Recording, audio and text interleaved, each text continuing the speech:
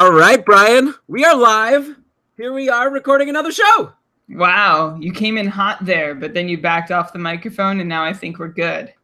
Oh, like it was too loud on the mic? Yeah, you definitely clipped, as we in the audio community like to say. So I have a volume control on my microphone, which I never use. Let me try to make it a little quieter. How's that? Well, I mean, it's hard for me to say. If you have, I don't know if Google Hangouts has a little audio monitor tool. Oh, it does. Is that new? Where do I go? Bottom right in the picture where you're talking, Yeah. you see some green dots? Yes. So I don't want that to get too high? It's not actually... It only goes up to 3. Okay, so it's not that helpful. But Okay. In a normal situation, you wouldn't want to see it go into the yellow or red. I see. Okay, well, we'll... You're very interested in this. So we've got people here watching us in the chat room. Thank you so much. Alex, Matthew... Oh, and I have to scroll up. Harrison, Ryan, thanks for joining us. We really appreciate it. We're going to lean on you guys. Definitely call us out on any BS. It's an opinion show. We're going to do our best here. All right? Yeah. Ready to go? Was I supposed to say yeah, or was that the chat who was supposed to say yeah? I don't know. I think we're good. I think you're doing a great job. I think we should just start recording the show. Great. Okay.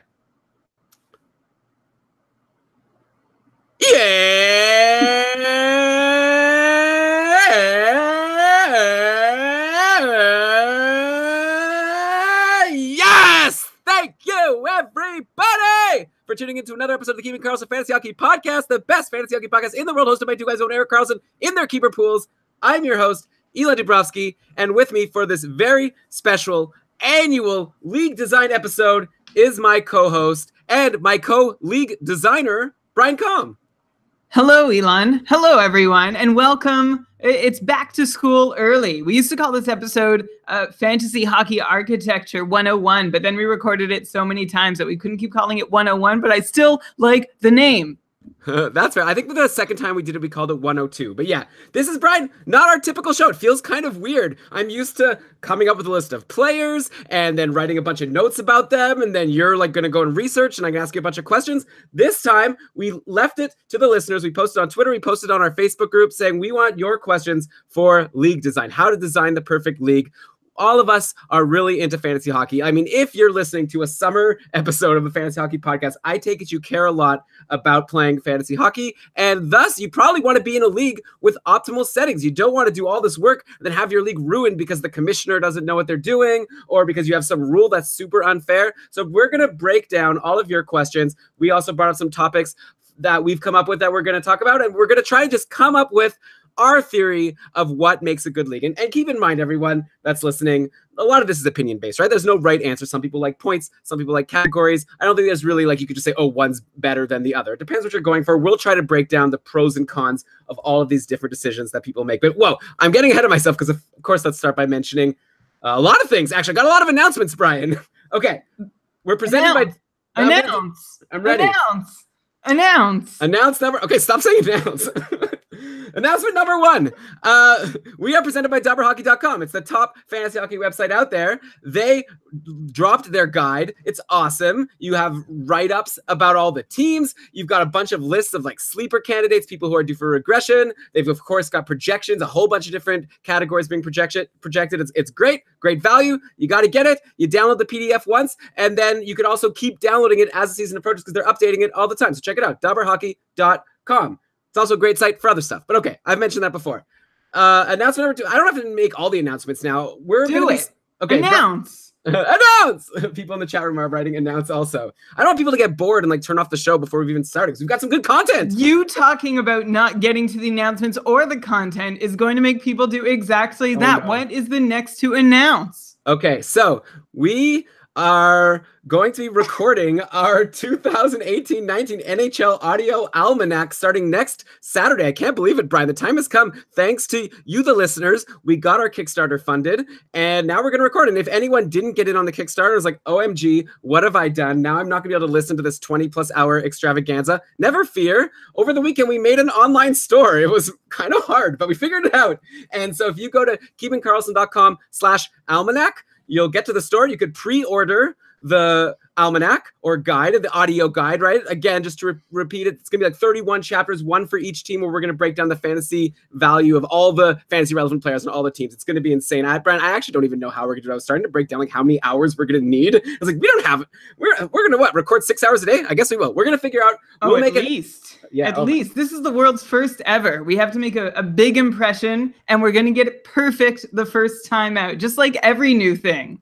I think I'm going to buy some lozenges. I think that's something. I think I need to go to the drugstore. Some Fisherman's Friend. I need that. I probably need a sponsor, an almanac sponsor. Okay, we'll work on that. But we got sponsors. We got the people who supported our Kickstarter, the people who bought it. That's enough. Okay, so that's going on. Check out keepingkarlsson.com/almanac. You could pre-order it, and we'll give you all the information you need to watch the live recordings if you're interested in that. And then once it's all done and edited, then we'll update your pre-order with the actual stuff you ordered. Okay, that's one announcement. The next announcement is that the Cacuffle, the Keeping Karlsson Ultimate Patron Fantasy League, we're taking registrations. Registrations are already due by September 7th, so you've got a bit of time. You don't have unlimited time, so this is a league that we're designing for the patrons, and we're going to reference it a bunch of this show, so maybe I don't have to get too into it, but it's going to be a Yahoo points league. We're changing things up this year, trying to keep things fresh. Anyone who was good last year and over the past few years in the Cacuffle, now you got to prove that you can do it with completely different settings, so it's going to be a lot of fun. If you're interested in that, you can go to keepingkarlsson.com/patron. You get a bunch of perks for being a patron of Keeping Karlsson for just $5 a month,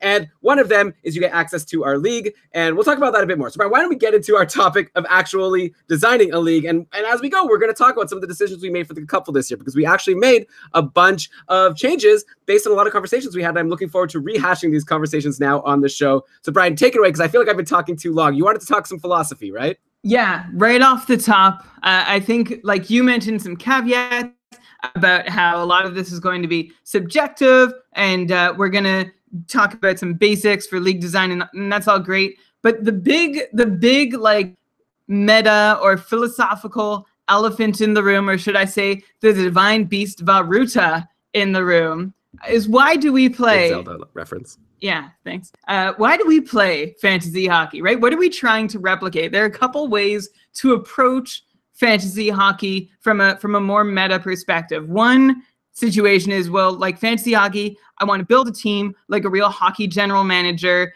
and find players who help their team win, and I want those same things to help my team win. Like they score a point, that's a good thing. They get me points. End of story.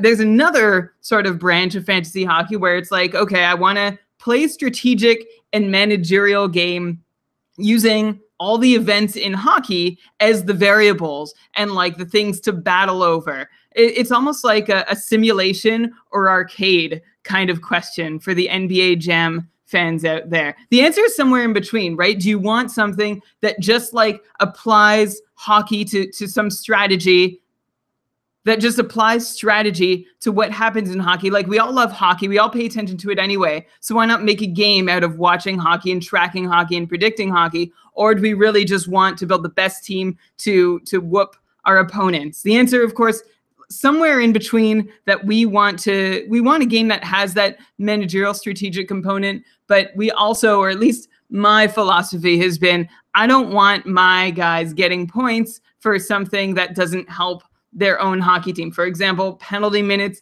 archaic, only dinosaurs use those in their league still. That's just one example. And of course, we'll talk about the pros and cons. Or you could say, well, penalty minutes are just another variable that you can weigh and try and predict and try and beat someone else on. Even if it's not good for your team technically, you can make it good for the managerial quality that it adds to your whole scheme. Anyway, I just wanted to put that out there. There's so many different ways to approach it. And Elon, when we designed the Cacuffle, we really try and balance the two parts as best we can. Right. So, okay. So we'll keep that as our overarching theme as we're discussing all the different options you have when designing your league. It's like I said, to break it down, basically the fun of the game versus like the fairness of the game, I think is a lot of it. Like how much randomness do you want to introduce at the expense of maybe being a little less fun? Like if you have a whole bunch of categories and penalty minutes is one of the categories, it's another fun thing to keep track of. But I guess also for some people, some things are fun, some things are annoying, right? Like I personally enjoy having like a bunch of categories and really trying to figure out in my head how to perfectly construct my team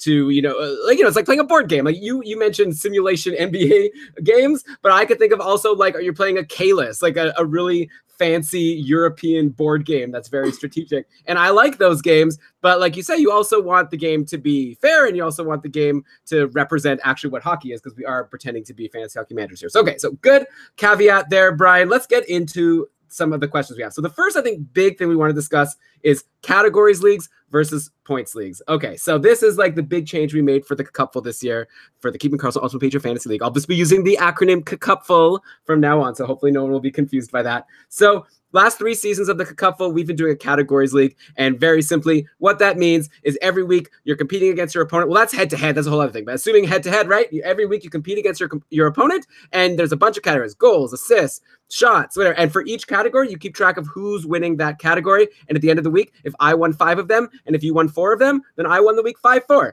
There it is. Doesn't matter how badly I beat you in goals. If I beat you in goals, I beat you in goals. I got the category. Okay. Some leagues would also just count that as a 1-0, like it's a 1-win system. But we're not getting into the finer points yet. Good overview of categories, Elon. Yeah, so exactly. You could either count every category as a standings point, or you can just make it whoever won the most categories in the week won the week. You got 1 win, the other team got 0. Very good point, Brian. So the other big option is you go with the points league, and a lot of people play in points leagues. I think that's probably the more popular. That's sort of the Yahoo's default standard format, and Yahoo seems to be the most popular.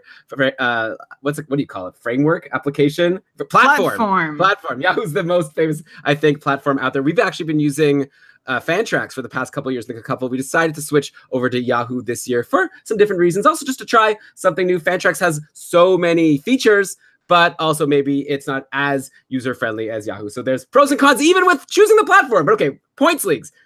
You guys all know what it is, so I'm just rambling here. But you assign a weighting to each thing. So like a goal is worth 5 points, an assist is worth 3 points, a shot is worth 0.5. And every time your team does one of these things, a player in your team does a thing, your team is accumulating these points. At the end of the week, you might win the week 305 to 307. And you're like, okay, wait, you can't win 305 to 307. You could lose 305 to 307. But you guys get what I'm saying. So you add up all the points from all the different things, and that obviously designing the league, you have to decide what amount of points to give to each thing. And it gets especially complicated when you're weighing goalies stuff versus skaters stuff. And that we'll get into that with our discussion here, because we had a lot of questions about how to weigh goalies. Like, how much is a win for a goalie compared to a goal for a player? It's like apples and oranges. How do you even know? So we'll discuss how we try to come up with this. But yeah, so those are the main 2 types of leagues: categories or points. I'm ready, Brian. We're forgetting what was the default, like the entry, the gateway to fantasy for a lot of us before. Like my progression started with a rotisserie league, a roto format, which is where you gather points in categories all season long, and depending on where you rank in each category, you get a certain amount of points. So if you rank first in a category, you get the most points. If you rank last in a category, you get the least points. And it's just like your points just sort of teeter and totter all season long as you climb and fall in different categories. And that's a very classic way to play fantasy hockey. It's still a popular way, but we have never run the Cupful that way, and I don't think we ever will. Right, so I don't want to nitpick your nitpick, but I would say that that's still a categories league. And what you're discussing is the decision of head-to-head versus rotisserie, which is another decision you have to make. But it's still, because you can also have a season-long points league where you add up all of your point weightings for the whole season at the end, decide the winner. You're discussing a league where you have separate categories, but you're keeping track of how you did over the whole season as opposed to week to week. So, Brian, I don't even know. Where do you want to start? Do you want to start about categories versus points? Or do you want to talk about this? You just gave this hot take that we'll never do rotisserie in the Cupful. We'll always do head-to-head. So why don't we just leave categories versus points as a tease for a second? Why do you say that? Why wouldn't we do a rotisserie league for the Cupful instead of head-to-head? The trouble with rotisserie, and this is the trouble that I had early on in fantasy hockey too, is it's hard to keep people engaged once they see that they have blown it or they've lost a key player. There are very few ways to get your act back together if the wheels have fallen off for you in rotisserie. It's a long, difficult climb to get back into it, and the gap can look huge. Whereas in a points or categories league, there's more flexibility for you to find other ways. Categories probably has the most available paths to the top of the standings, whereas points is somewhere in the middle. Yeah, I think, by the way, Brian, I thought I was listening to the PDO cast there for a second with the sirens going on in Oh, the I'm background. sorry. Yeah, it was Uh, just my hot take. They were it just was responding very quickly. Okay, yeah, I think the thing with head to head is it's so fun. Like, I know rotisserie is probably a more fair way to go because there is a lot of randomness when it comes to head to head, right? Like, I could just happen to be having a bad week, but my opponent was having a worse week. So I was like the second worst team in the league that week. But lucky for me, my opponent happened to be even worse, and I got lucky to get a win when someone who had a much better week than me lost just because they played against someone better. So there is a little bit more luck involved with head to head, but I think it's outweighed by how fun it is. You've got your like every Sunday is going to be the deciding day that determines if you won your matchup. It's so exciting. You're watching the game, even like Saturday, because that's the big day with all of the games. So it really adds a lot of suspense and excitement. I feel like at the end of every week, plus you could trash talk. Like you have the person you're playing, like you're going down, Brian, I'm going to take you this week. So I just really like head to head. It's a lot of fun. I think it's worth it, even though it's a little bit more fair. And again, that's our trade-off, right? Fun versus fair. I think if you really want to simplify it, and I really like the fun of head to head, I would never want to give it up. I will add that like I really like the concept of rotisserie, and I have a whole bunch of like utopian dream league setups that they're not possible. They don't exist on any platform, but I would love to try them out. And one of them is to have a series of month-long rotisserie leagues. So you have a rotisserie league, you draft at the start of the year, and then at the end of the month, like once monthly, you tally up the points, everybody keeps those for the rest of the season, and then you redraft and start again. So it's like a series of redrafting and getting credit for what you've done, but also being able to start over with a clean slate, maybe like a slight keeper thing in between. Like I said, I have a few different ideas that don't have the possibility to exist, but if any enterprising programmer or coder wants to set this up, I'll happily try it out. Well, hey, Brian, you could always go old school, right? Remember back in the day when we used to have drafts, we used to get together, we used to write down our picks on a big board, and then when the newspaper would come out with every single team and how many points every player and every team has, then you'd get out your calculator, you'd add it up, you'd figure it out. So maybe you could do that with your league. But yeah, we actually got a few fun suggestions for non-standard leagues, and I put them in our document here. We'll get to them at the end of the show. We definitely thank the people who sent us suggestions, including Steve Laidlaw, which was very exciting from Dabber Hockey. He sent us a couple of really cool suggestions. But okay, Brian, we've teased it enough.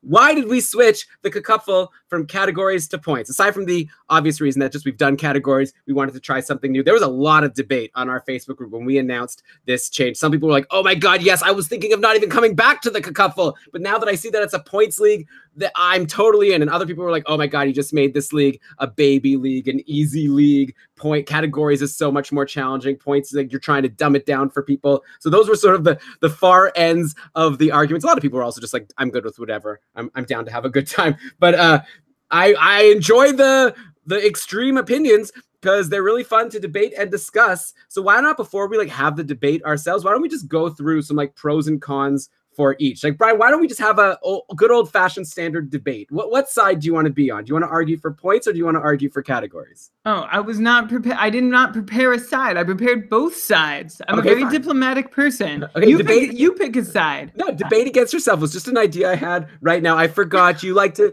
have everything planned and methodically organized. I didn't mean to throw you a curveball. Brian, when we do our almanac next week, I don't think I'm going to have every single question planned for you in advance. Some things might come up, so I hope that we'll be able to figure this out. Well, I'm just saying, okay. You want to do a debate? No, I'm just messing around. Take it from here. I have pros and cons like already set up. I don't need to hear yours. You have some pros and cons already set up. Okay. I'll also acknowledge right off the top that you mentioned the sort of reticence, some people having categories leagues to think points leagues are serious. Well, there are some pretty hardcore people out there in hockey and statistics. Like we had Dom Lushishin on the show last year, and he was like, points leagues are the only way. Like that's all it can be. If you're not doing a points league, it's automatically a clown league for your fantasy hockey situation. I don't agree with that. I don't agree with that, but I also don't agree with thinking, like Harrison in the chat just before the show got started, he said, sorry to point you at Harrison, but you essentially encapsulated what a lot of people have said to us since we changed the format from categories to points for the Keeping Karlsson Ultimate Patron Fantasy League, that it is that points is like checkers and categories is like chess. And I just don't buy into that. That points is like easy just because like maybe it is more accessible, but I don't think that automatically makes it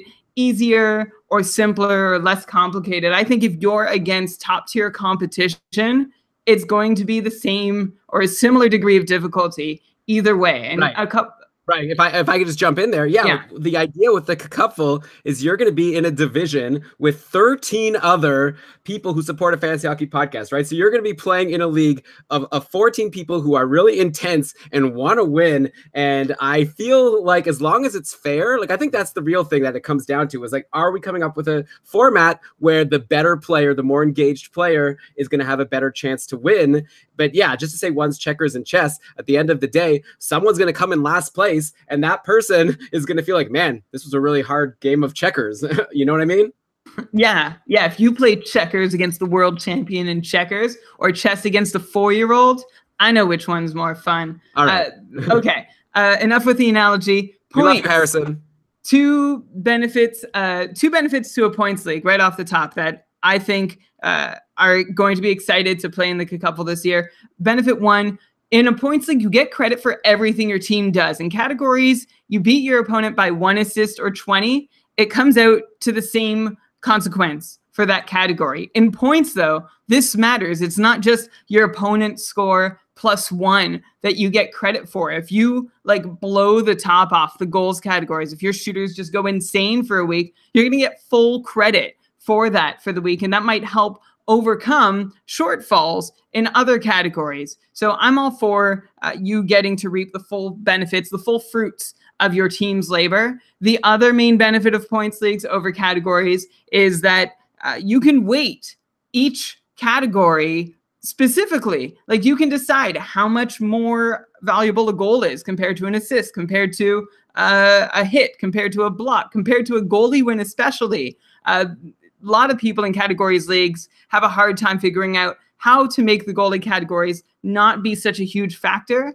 And I think points leagues give you the option to really temper and control the effect of goalie success and goalie wins or lack thereof. A win in a points league, a goal in a points league is worth more than an assist or whatever else. And in a categories league, a goal is worth the same as a block, essentially. So I like being able to single out certain categories as being objectively more valuable than others. Okay, so I guess I will respectfully disagree with one thing, because you said that in a categories league, a goal is worth the same as a block. That's not true, just because blocks happen so much more often. Like, that's the key point in a categories league. You could take people who, who are going to, it's definitely not like if you get a block and you get a goal, your team is going to do just as well. No, but you win the goals category. It's the same as winning the blocks category. Like, I can beat you with a lucky goalie save percentage week and winning, if there are enough categories, winning like 3 bangers categories, even though your team is offensively superior to mine.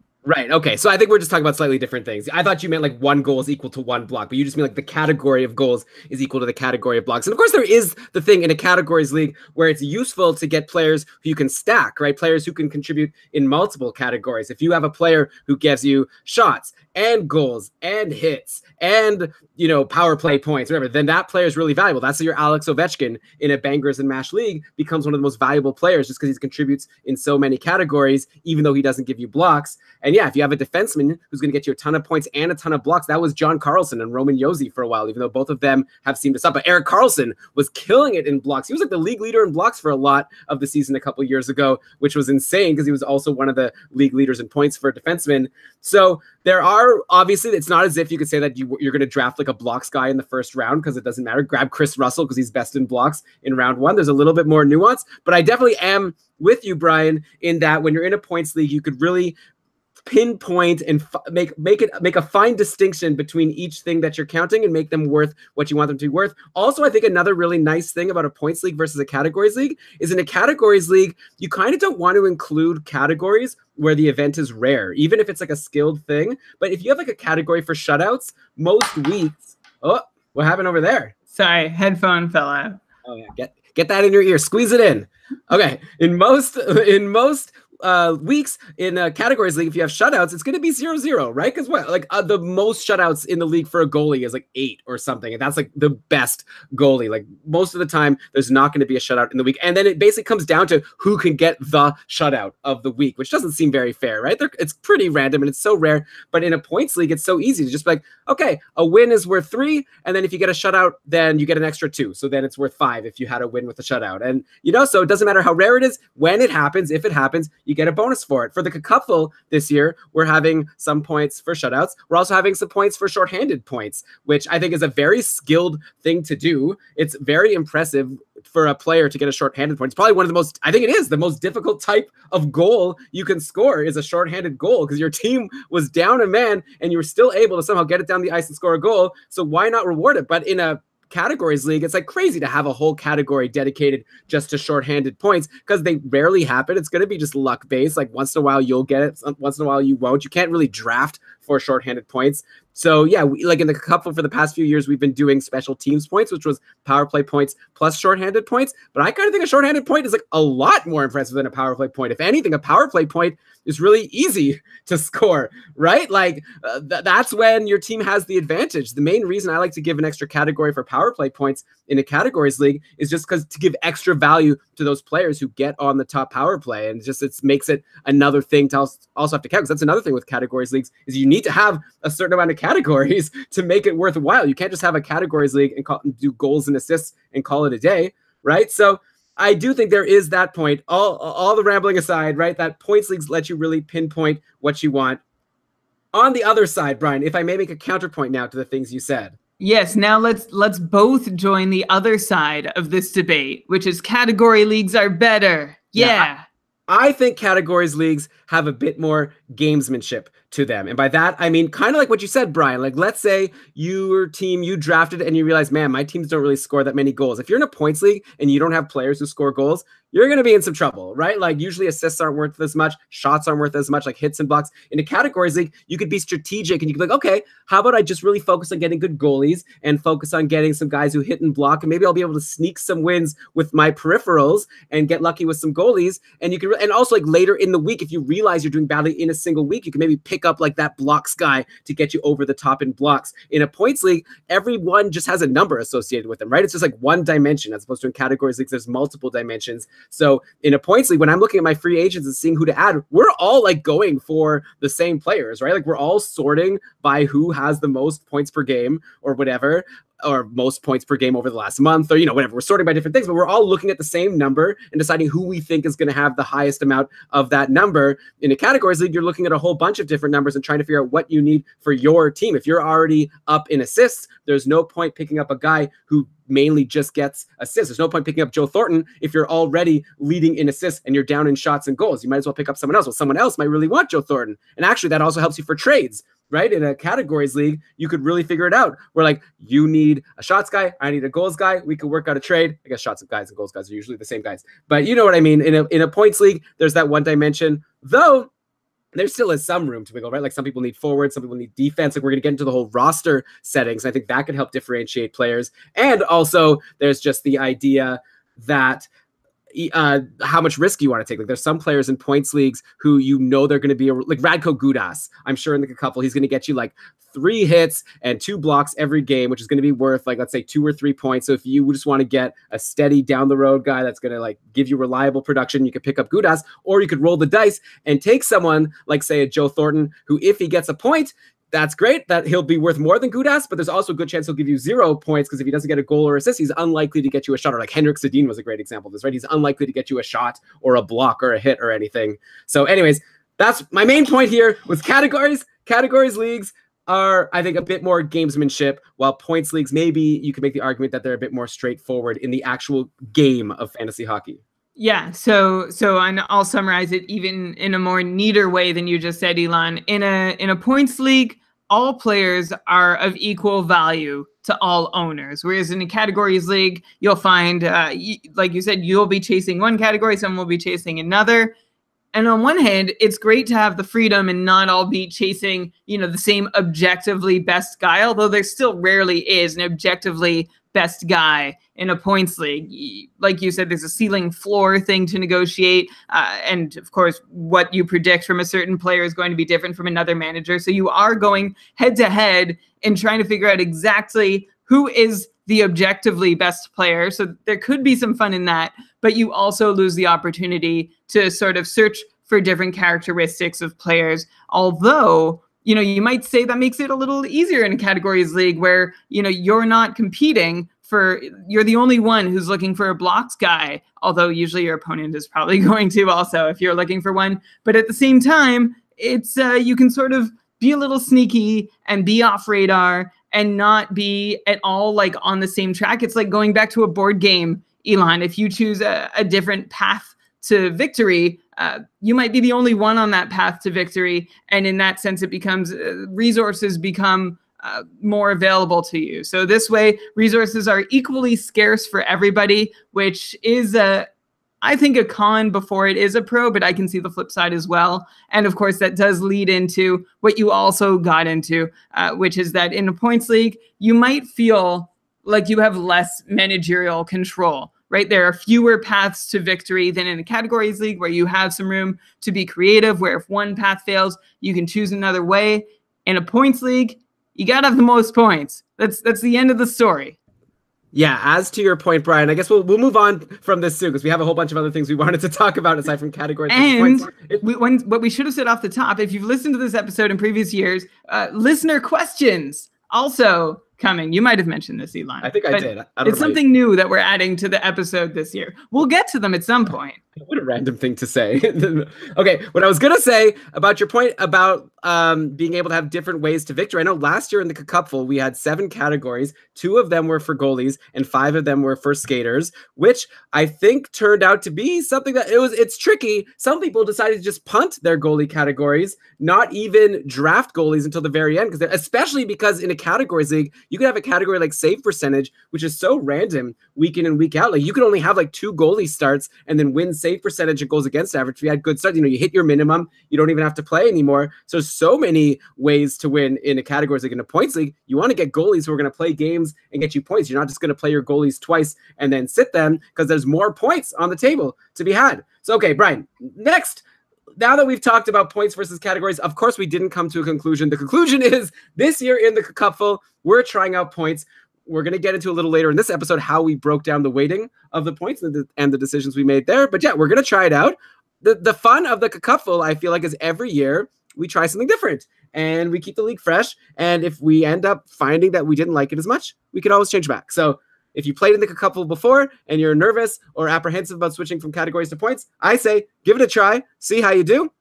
I'm excited for it. I've played in points leagues before, but it was always with people that weren't very good at fantasy hockey and they were easy leagues. This is going to be my first points league against people who really know what they're doing. So I'm excited for that. So Brian, next, let's talk about what categories to count in either a points league or a categories league. Like what stats do we care about and what stats do we not care about? So let's start with Victor's question, who asked very plainly, what categories are best? And he also asked, are there any good sources or articles discussing the merits of each category? He wants to propose this to his league. He feels like his league has too many categories that he doesn't like, and he wants to try to propose to them to use different ones. He's asking us to give him resources. How about this for a resource? Send them this episode. We're going to talk about it right now, and we're going to give you our opinions on what is better, what is worse. Some things I think are based on opinion. I think some things you can make some really good arguments for. Like it's going to be hard to convince me, for example, that you want to count plus minus. So Brian, how about I bring up the list of categories that are offered on Yahoo. This is like the standard platform. And then why don't we just go through them and we can discuss if we think they should be included in most leagues or if we have anything to debate about if we like them or not. Okay. Okay. All right. So goals. Yeah. If you're in a league that doesn't count goals, that's weird, right? That's the thing. That's what you care about the most. Of course, goals, assists, of course, we'll get to how to weigh goals versus assists. In a categories league, you usually just have everything weighed the same. In a points league, usually you want to give a few more points to goals because there's an article that I actually used a lot when coming up with the point weighting for the Cupful this year, the Commissioner's Manifesto, and they pointed out that usually there's 1.7 assists on every goal. So why not use that same ratio in breaking down how much each is worth? So if a goal is worth 5 fantasy points, that would make an assist worth 2.94 fantasy points. And in the Cupful, we actually rounded to 3. So that's actually how we came up with 5 points for a goal and 3 forward assists. But anyways, okay, goals and assists, obviously. Another very popular one, which I think is the one that I hate the most, is plus minus. Okay, so plus minus. If you're on the ice when a goal is scored, then you get a plus. And if you're on the ice when a goal is scored against you, assuming you're not like on the power play or whatever, or I guess that's a plus. You can't get a plus on the power play. You guys all know what plus minus is, right? If you're on the ice when a goal is scored against you, you get a minus. Yeah, enough about explaining plus minus. Yeah, the idea, the thing that's wrong with it is, look what I said. You're on the ice. You don't even necessarily have to have done anything. You could have just like been playing great. You really boxed out the defense and you did everything you need to do. And then your goalie was like Eddie Lack or someone, or some Carolina goalie that can't stop the puck. And next thing you know, your player has negative. Like, do you think it's a coincidence that Oliver Ekman-Larsson has been like one of the worst in plus minus forever? Like Erik Karlsson, the year that the Sens made the playoffs and were a really strong team, he had a good plus minus. Last year, when their goaltending was terrible and Craig Anderson couldn't stop anything, he had a low plus minus. And people are like, I guess Erik Karlsson's a much worse player now that his plus minus has gone down. Or maybe the team was worse. The goalie was worse. The goalie has so much effect on it. And also on the other side, right? Like you're on the ice and your team scores a goal. You could have like fell down. You like tried to make a pass. You fell down. Someone else took the puck and went and scored. You get a plus. Brian, what is going on over there? Sorry, a thingy on my desk dropped. Mute. Well, you can also mute yourself, while I'm talking. But anyways, it doesn't often happen. So I don't know why plus minus is so popular. I think it's like a dumb category and it's not that predictable. And if it is predictable, it's just based on what team the player's on. It just makes it so that, okay, I don't want to draft Buffalo guys. That's fun. It's a team stat more than a player stat. You might as well have on ice save percentage be a category. Anyone who's played like the NHL series of video games, be a pro. Like if you've ever done that for even 3 games, you've definitely had a moment where you just stepped on the ice and a goal was scored against you and you had the minus on hanging on your pro. And that moment is all you need to feel empathy and understand why plus minus is a garbage stat for fantasy and real life purposes. Scrap it. Nobody cares. Yeah, use Corsi, but not for fantasy. But like they should talk about that for fantasy.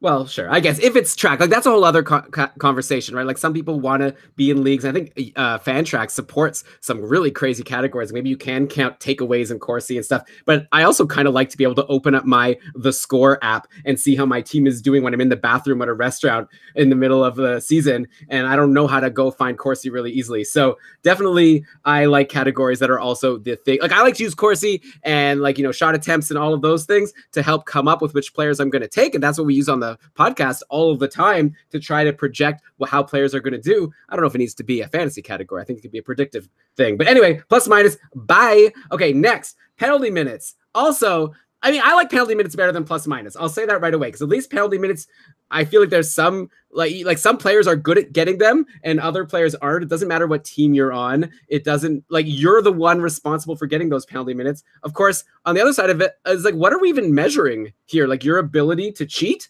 So to me, that seems a bit of a weird thing to want to care about. Like, I've never played fantasy basketball, but are they counting fouls as a category? I don't know, but I don't think so. I played years ago. No, fouls are not a category. So, okay, so then penalty minutes, Brian, do you guys have anything you want to say about it? You hate penalty minutes. You want to even have negative penalty minutes, but I think that's kind of boring. No, I think getting a negative for penalty minutes would be a great thing. Having that as a negative category, as Alex in the chat has mentioned, his league does that. Although it still is pretty random, especially over the course of a week. If your guy takes a 15-minute major or just happens to skate away scot-free from it's not like an event that I get excited by when I'm watching it. So it's not a reason. That's a reason to not include it in your league, whether it's positive or negative points. That's a really good point. You want to be able, like, I love to watch a game where I have a lot of players on my fantasy team playing in that game and then cheer for the things that happen. So a shot on goal is maybe the least exciting of the things that I like to be counted, but still it's kind of fun. Like, oh, great, he took a shot. But yeah, someone took a penalty, whatever. If you want to measure, the reason why I think penalty minutes are counted is because people like toughness, right? Like that's what it comes down to. They want to have gritty, tough players. So in that case, at the very least, I know, Brian, you're not even a fan of this category, but if you had to pick one, I'd much prefer to use hits than penalty minutes, because at least a hit doesn't stop play and the person gets taken off because he cheated and broke the rules. Hit is a legal play in hockey. It's part of the game. And we actually decided, I had to fight you a bit on this one, Brian, but a lot of people like playing with hits. I think it's fun, so we decided to include it. It's not worth so much. So again, I told you a goal is worth 5. A hit is going to be worth 0.25 in the cupful. So you're not going to run away with your week if you pick up Mark Borowiecki, but you might get a little bonus of taking, say, Alex Ovechkin versus, I don't know, Nikita Kucherov, because Ovechkin also gives you some hits every once in a while. So Brian, what are your thoughts on hits? I know you don't like it. How hard did I have to push you in order to get you to agree to use it this year in the cupful? So the way you got me to use it is the way that I was convinced to use it in a categories league in the past, which is you might as well, like, it's just another way that players can register an event. Like, this is going back to that question I asked at the beginning of the episode about, what are we playing fantasy hockey for? This is just another event that's tracked. Penalty minutes, one of the reasons I don't like them is that they're also super subjective. They might depend on the refereeing crew. Whether players playing 4 games at home one week or 4 games on the road is also going to affect the number of penalty minutes that they're likely to take. Hits are also subjective. This is a while ago now, but the reason I used to say on this annual episode that you shouldn't track hits in your league is that there's a lot of scorer bias involved. Like, you could find arenas around the league where there were more hits in each game than any other arena. And it just showed that there was inconsistency in what was a hit. A lot of the times the home team would be credited with more hits. And this is all just how subjectivity does creep in to stat collection. It gets in there in shots on goals too. Not quite as much as in hits, which is not quite as much as in penalty minutes necessarily. But essentially, I don't love it because hits are not proven to help your team win. So if you want players who have a positive impact for their team, a hit is not going to do it. And of course, that's an entire other debate that we're not getting into right now, but that's where I stand. And so if you're going to count it, it's just another way to play the game, right? It just adds another layer to fantasy hockey, to player evaluation. And that's the only reason I can get with hits being in a league. Well, Brian, go ahead. Oh, sorry. And I guess it also lends some more value to defenders who are hard to value, which is why we count blocks in the cupful and why I advocate to count blocks in my other fantasy leagues. Otherwise, defensemen are really left out in the cold if they're not, 50 points or more scorers. So you count blocks, you count hits, and suddenly those guys carry a little more value and are more competitive to consider adding to your team in addition to, say, a 50-point forward. Yeah, I feel like in theory, hits is really fun because I could imagine watching a game and I have a player on my fantasy team and then I see him do a big hit and it's like, oh, I just got a hit. Look how exciting it was. But in practice, I find when I'm watching a game and I have a player on my fantasy team that's in the game, I all of a sudden, I see on my phone that they got a hit and it's like, when? I missed it. I feel like that happens also with blocks for me. Maybe I'm not paying attention to the right things. I feel like hits and blocks happen, and unless it's super obvious, I feel like most of the times I just miss it. Like the players just skated by each other, and all of a sudden someone got credited with the hit, which I guess is what you said, Brian, that they're a little bit subjective. But they should be more fun anyways than penalty minutes. And every once in a while there is a big hit, and it's kind of fun to see it, assuming no one got hurt, of course, and it was a fair legal hit, not near the head. You guys all know Brian and I want everyone to be healthy, so you don't have to deal with injuries all the time. And also, these are also actually real people. So, okay. All right, next category to discuss. Okay, power play points. I think this is a very interesting discussion, okay? Because power play points, like I said before, my eyes were really opened by this article by the Commissioner Manifesto, and that's obviously the name. Who's it by? Johnny Fantasy. Who is on Twitter and follows us and has chatted with us in the past. So, hey, Johnny Fantasy. Hey, I loved your articles, and I was really convinced. I never really thought of it, even though it's so obvious. Power play points are easy to get, so why are we giving bonuses? Why in a categories league would you have a category for goals and assists and then another category for power play points when you're all these people, the players who are getting power play points, there's so valuable, and it's not even that hard to get a power play point. When you're on the power play, it's easier to score. The shooting percentages are higher. There's more shot attempts. You guys all know. So Brian, why do people even include power play points in categories leagues? Is it just because they are just another thing to count? Yeah. Well, I think it also is like a clear reward for a player who is such an important piece and such a contributor to their squad that they get top billing on that top power play unit and just get fed opportunities. When their team has an advantage, they're the go-to player to make something happen. And that should be worth some value in fantasy leagues if you're going by, I want to build a team with the most valuable players. But it also really separates them, like you said, Elon, they're getting extra free opportunities, and because they're given these, like, I'm not calling them freebies at all, but they're being given like some really high percentage opportunities. Is that worth rewarding, or is the fact that they're just getting a point, period, regardless of whether it's on the power play, that they have all these opportunities to just get a point, enough? And so we decided for the cupful this year that it is enough, that they just get all these extra opportunities to score a point, and that they don't need a power play bonus on top of that, which I think does just drive the gap, like make a bigger divide, make superstars all that more powerful, and say harder to overcome losing a superstar, or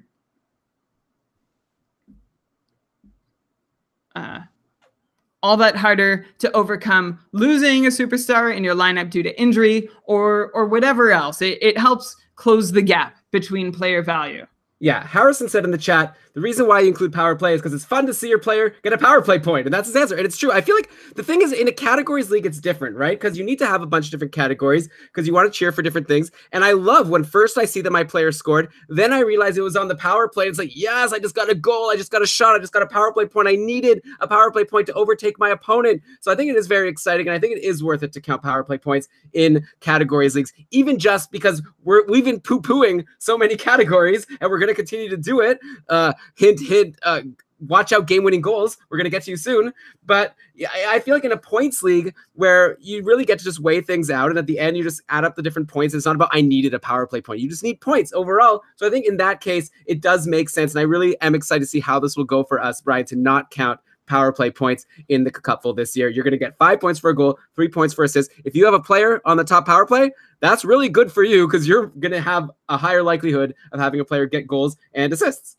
I'll also add in that like power play opportunities can be very variable also. So giving a player an extra bonus because their team happens to get more power plays than other teams in a given week is just maybe another sort of unfair part of it. Of course, I could totally justify giving a bonus for power play points too, but it's not what we chose for the cupful this year. So I'm just trying to explain our side of the coin here. Yeah, again, a lot of this stuff is just what you like. And I think that's also what Alex was saying for a lot of things. It depends what you want to do. And so we don't think one thing is right and one thing is wrong as long as you're not including plus minus. And, you just go with what you want to do. And I'm excited to see, like I said, how it's going to look without power play points being counted in this a points league. Okay, then we have shorthanded points, which I already brought up, which I think is like the opposite. You don't want to count them in a categories league. I already discussed this, right? You don't want to count them because they're too rare in a points league. I'd love to get a bonus for that. If my player scores a shorthanded goal, if I have Alex Barkov, who's really good shorthanded, that he should be a little more valuable. It's not going to make a huge difference. It's only going to happen 3 or 4 times in the season. But on those weeks when Barkov does score a shorthanded goal, I'll get an extra point. See if it matters. Probably won't, but it'll be fun in the moment to get that extra point. So I think there's no reason not to count shorthanded points in points leagues. And I guess it's pretty obvious why you wouldn't want to count them isolated in categories leagues just because they're so random. Anything else to say about that? No. Continue.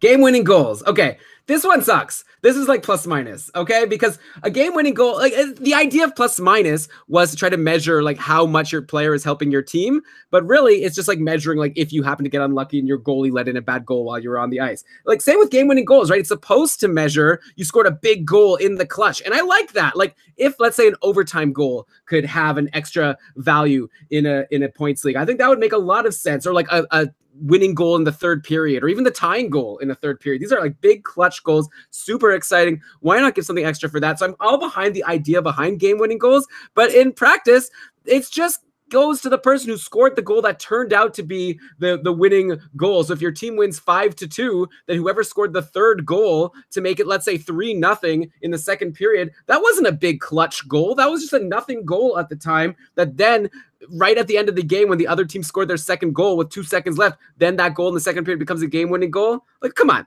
It's silly. So unless that category gets changed and they change the rules, like I'd be up for coming up with a new definition of game-winning goals. Or let's say it has to be the goal that broke the tie, and then that's how the game ended, or like whatever. We'd have to work it out. But the way it is now, I think it's a dumb category. I don't think you should use it. Yeah, some people use it as a way to just reward goal scorers. It's like every goal you score is a lottery ticket to get points or credit in another category. And so that is the justification if you want to use it. But it is pretty much a lottery ticket. Like the more goals you score, the more game-winning goals you're going to have. But it does not prove what game-winning goals, what people, I think, hope game-winning goals prove, which is clutch or scoring in key situations or close games. You'd need a little more nuance if you really wanted to reward that. So like if there were a category for goals scored while the score is either tied or a 1-goal difference, for sure. Like maybe you'd be into that, but again, you're favoring goal scorers there as well. Yeah, and we have already decided, like I said, in the couple, we're going to count it as 5 for a goal, only 3 for an assist. So it's enough, okay? Be very happy with your goal and move on with your life, okay? You just got 5 points. So next, shots on goal. I love that category. I love shooters. I love it in a categories league. I feel like it's a really good strategy to just fill your team with guys who take a lot of shots. And like I just feel like good things are going to happen. These guys who get a lot of shots are usually the ones on the power play, usually the ones scoring a lot of goals, unless they have really bad aim, I guess. So I like shots as a category. In a points league, the tricky thing is to figure out how much to weigh them. And we decided the couple 5 points for a goal. How about 0.5 for a shot? So basically every 10 shots is equivalent to 1 goal, which is pretty similar to what shooting percentage is in the league. Like in this fantasy owners manifesto that I was referencing before, they pointed out that, let me find this calculation here, 0.89 shots per, one second, let me just actually find it. Thought I'd have it in front of me. You can do this. You're doing great, by the way. Thank you, Brian. Shots. Okay, let me just actually use Control F. Oh, yeah, here it is. Yeah, I forget where I was, though. Me too. Okay, so I'll just go from like, according to the Commissioner's Manifesto document that I was referencing before, they were saying that the shooting percentage for the NHL has been hovering around 8.9% for the past few years. This is a few years old, but whatever. It doesn't change that much. So they were saying 8.9% shooting percentage in the NHL. So based on that, a shot on goal should be worth like 0.45 fantasy points if you have 5 for a goal. So we rounded up to 0.5. So you get something for a shot. And if you have a player who takes like 8 shots in a game, if like Alex Ovechkin goes off, that's almost worth a goal right there. And I like it. I like shots. Brian, do you have anything against using shots, or maybe are we like weighing it too high? I'm curious to know what your thoughts are, because a shot at the end of the day isn't a goal, right? Why should we be rewarding a shot even though it didn't go in? Yeah, of course you should. Getting a shot on goal is one of the problems with goals in terms of using that to, and this is the whole argument for using Corsi, aka shot attempts, to gauge a player's value, is that goals are essentially random events in a hockey game. It happens to be the time that you do put a puck towards the net and it gets past the goalie. And yes, there is skill involved, but it's also quite random and dependent on a lot of other factors, whereas actually getting the shot attempt itself is the more repeatable skill. It's the skill where you have a greater sample of it. So the more times something happens, the more reliable the more reliably it can measure what you hope to measure. So that's why Corsi and shot attempts became a thing, and that's why shots are a thing in fantasy hockey and just in general. I value anyone who is taking shots on net. If we really wanted to take it to the next level, we would be able to count shot assists and shot contributions in our fantasy leagues. This is some new research being done using data from Ryan Stimson's passing project and Corey Snyder's 3 zones tracking project. I actually was in touch. I think his name is Alan at Loser Points on Twitter, did a presentation at the Rochester Analytics Conference that happened this past weekend on shot contributions. And I've talked about it a lot without actually explaining what it is. So a shot assist is exactly what it sounds like. It's the player who makes a pass to set up a shot. Now you can count the last 2 players to touch the puck before the shot is taken, or you can count only the guy who passed it last before the shot is taken. But these are valuable events too, and we are slowly getting enough data necessary to be able to track them, or at least estimate them with the data that the NHL actually collects. If you want to actually bona fide track them, you need to watch every game and write it down yourself, because the NHL is not capturing this data. But hopefully before long, it will be easily capturable, and it would be so much fun to implement in a fantasy league. Yeah, for sure. Like shot assists, I think is again, that's kind of like what I was talking about before with shot attempts and Corsi. Like I feel like that's a really useful predictive tool. Like this player should have gotten more points last year, but had bad luck. Like he had so many shot assists, but then the people who were taking the shots were having a below average shooting percentage. I don't know necessarily if it needs to be in fantasy. That's a whole other discussion, I guess. Alex in the chat thinks maybe we're weighing shots too highly, making it 10 shots equal to 1 goal. He was saying in his league, it's 19 shots equal to a goal. He said it's a personal thing. He doesn't like seeing a guy pile on a bunch of shots and getting a goal and an assist worth of points. So Brian, I think it's gonna be really interesting to see how this works out at the cupful, because I guess I could see one downside of weighing shots a lot is it is giving forwards a big advantage over a defenseman, right? Because forwards generally shoot a lot more. It's very rare, unless you're Brent Burns, it's very rare to see your defenseman taking a lot of shots. So it's going to be something interesting to watch. But yeah, what are your thoughts on that? On which part? Defenseman versus forwards? No, on like, are we weighing shots too high? No, I don't think we're weighing shots too high. Like if a shooter happens to go cold, I'm happy to just give them the benefit of the doubt. Like, hey, you've put 10 shots on net. You deserve the value of a goal, whether you've actually been rewarded with it in real life or not. I'm happy with that. But what if they took 10 shots on goal and 9 of them missed and 1 of them went in? We're basically giving him 2 goals. It's a goal bonus.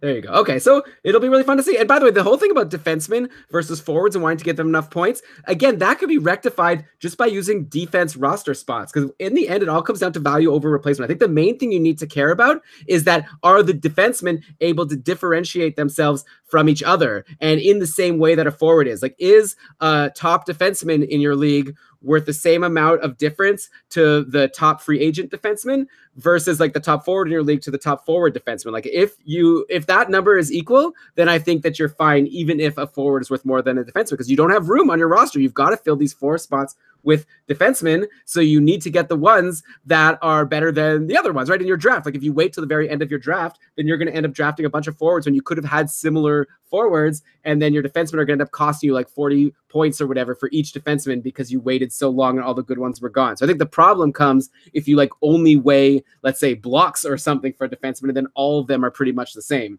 So yeah, I think that you don't have to worry so much about like how many points a forward has versus a defenseman. It's a bit like more complicated than that. It's really all about value over replacement and trying to get that even. We tried to get it with the cupful. Alex is saying he thinks shots will end up ruling the cupful, so it'll be fun to see if that ends up being the case. And let us know, by the way, if you're a patron of Keeping Karlsson or if you're planning on participating in the cupful, tweet at us or write on our Facebook group. We can still have this discussion. Nothing is set in stone. It's like we were planning on going with this settings, but if a lot of people have opinions, we're definitely willing to discuss. That's part of the reason why we're having this episode. We're trying to open a discussion here. Brian, so next, I think another big one we need to discuss is face-offs, right? A lot of leagues count face-offs. We've never counted them in the cupful, neither like face-offs won or face-off percentage. I know is a category in a lot of categories leagues. In my opinion, I just feel like I don't like the idea that face-offs only go to centers, or like not all of the players are eligible to participate in this category. So it just gives centers so much more value. And I guess the counterpoint could be that centers should be given more value because it's a very difficult, important position. But then again, you could take care of that by value over replacement for other centers. So I don't know. I just don't like the idea of just giving an inflated value to a center just because he takes faceoffs. Like I know there are some players who are better at faceoffs than others, and it would be nice to capture that. But I don't think it's that fair that you have one player who just doesn't take them because he's a winger, and then another player who just happens to have a bunch of them because he's a center. You know what I mean? Yeah, and it's also not that common. Yeah, and it's also not that common for a player to be far or sorry. Yeah, and it's also not that common for a player to be far above or below the 50% face-off win mark. So it's not like something that you really need to be going out of your way to reward. There's like a precious few number of centers who are going to be above, and then a bunch that you want to avoid, and that hurts their value.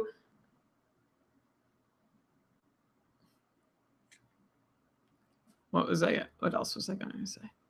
Oh, yeah.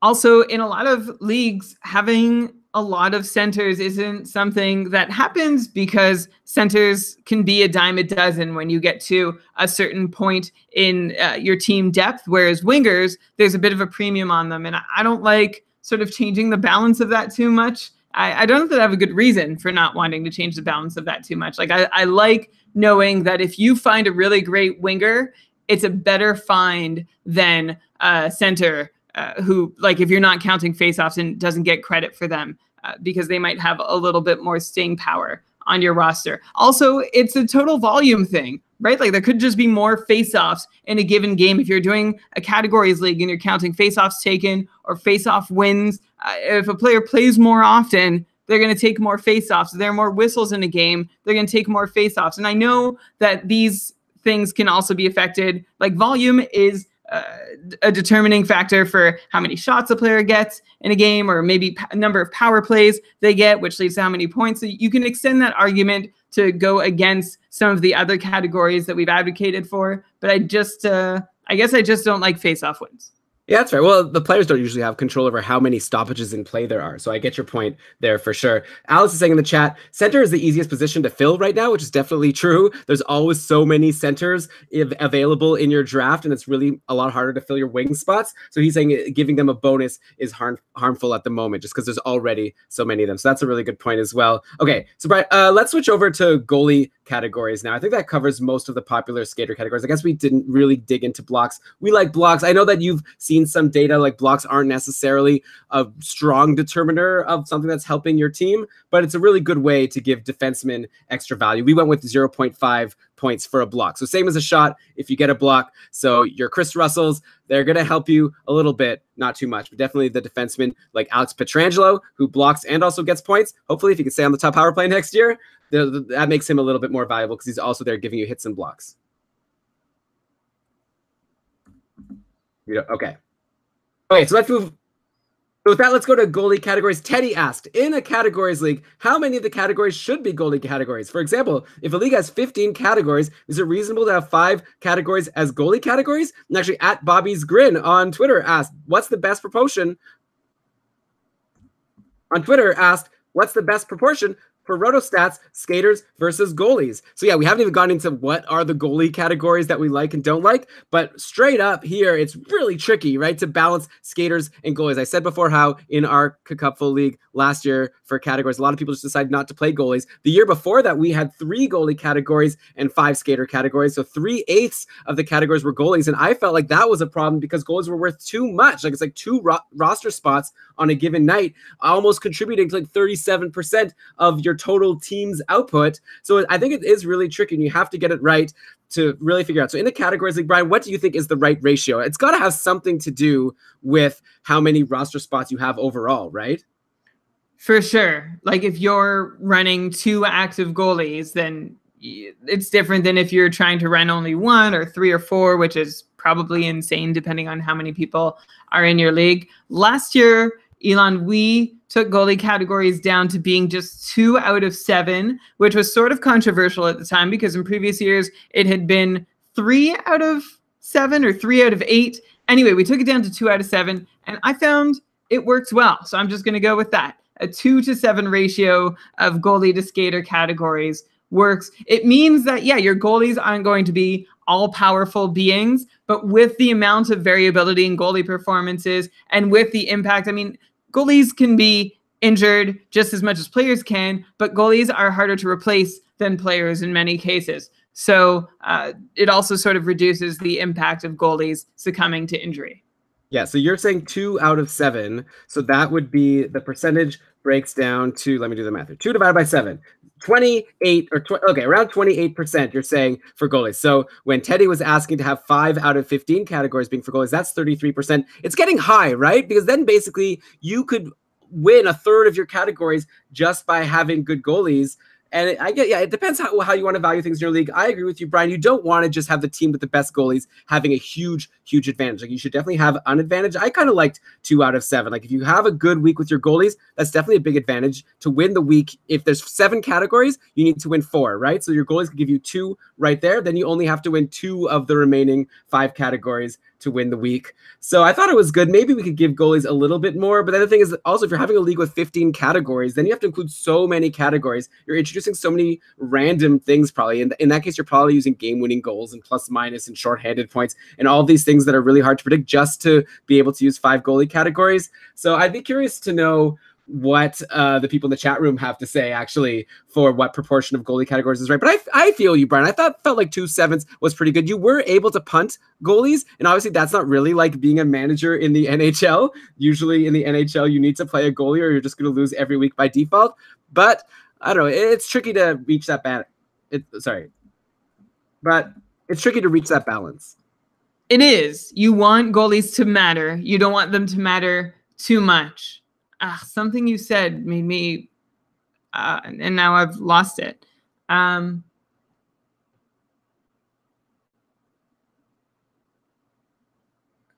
want goalies to matter, but you don't want them to matter too much. They should give you an advantage if they're helping you in the week, but they shouldn't decide each matchup every week. And also, Elon, we totally skated by goalie categories. I don't know if we're planning on mentioning them at all, but like, wins is a good one. Save percentage is a good one. And that's about it. Like, don't count goals against average. That's I mean, you can. It's a team stat, though. It's not going to reflect the goalie's skill. It's more going to reflect the team that they play for. Save points is a great one, where on platforms like Fantrax, you can give goalies points for every puck they stop and then subtract points for every goal that goes in. So it's like another way to weight save percentage and goals against average. I can't hear you. Okay. Well, Brian, clearly you weren't listening, because I did say let's take a second and talk about this question before we get into the remaining goalie categories. But why not get into them now? I agree with you. So obviously you're talking about a categories league now. For a points league like the Cupful, we're able to just give weightings. We decided, actually, we made a decision which I thought was a little interesting. I'm curious if people will think it's controversial. We didn't want to give wins too much weight versus how valuable it is to be a good goalie. Because again, wins, like you said, for goals against average, a win is a lot of a team category, right? Like, if your goalie wins, that means his team scored enough goals to get him the win. So we decided to give 2 points for a win, which is something, but not insane. And then we gave 0.35 points for a save and then -2 for a goals against. So if your goalie has a really good game, they could get you a lot of points from racking up those saves. But if they start letting in goals, they could lose a lot of those points really quickly. So on average, last year, if you take the way we weighted goalie points, and also just to complete, we also decided to throw 1 extra point if you get a shutout. Okay,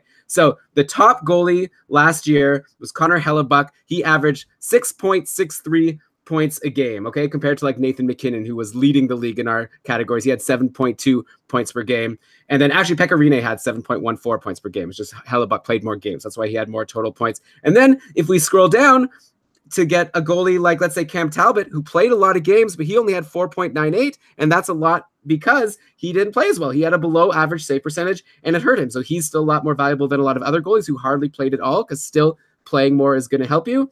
But we decided, to put more weight on goalie performance versus whether or not they got the win. So that'll be a lot of fun, I think. And also it'll be really hair-wringing. Like, it's going to really stress people out when they're up in their matchup by like 2 points and it's Sunday night and your goalie, you just don't let in a goal and I'll be fine. And then they let in a goal and then you get stressful. But hey, that's what makes it fun. Hair-wringing, when you don't know whether to wring your hands or pull your hair. Yeah, that's a Keeping Karlsson saying for you. I think I've said that on other episodes as well. That's the thing with this episode, right? If you're a new listener, this is not our standard fare, okay? We're kind of going a bit off the cuff here. We didn't write a script for this one. We usually have a lot of research to talk about players and other ones. Oh my gosh, but this is still a great... no, it's our best ever episode. Back. I want you to take that out. No apologies. No. This is a relaxed, conversational tone. And this is the way this episode goes. It's a great episode. All right. Tweet at us at Keeping Karlsson. Let us know if you thought this was a great episode or not. Oh, now that's just pandering, right? Okay. So what else here? Jade, by the way, had a fun answer to Teddy's question about how many categories should be goalie categories. She said 0. She said she hates goalies.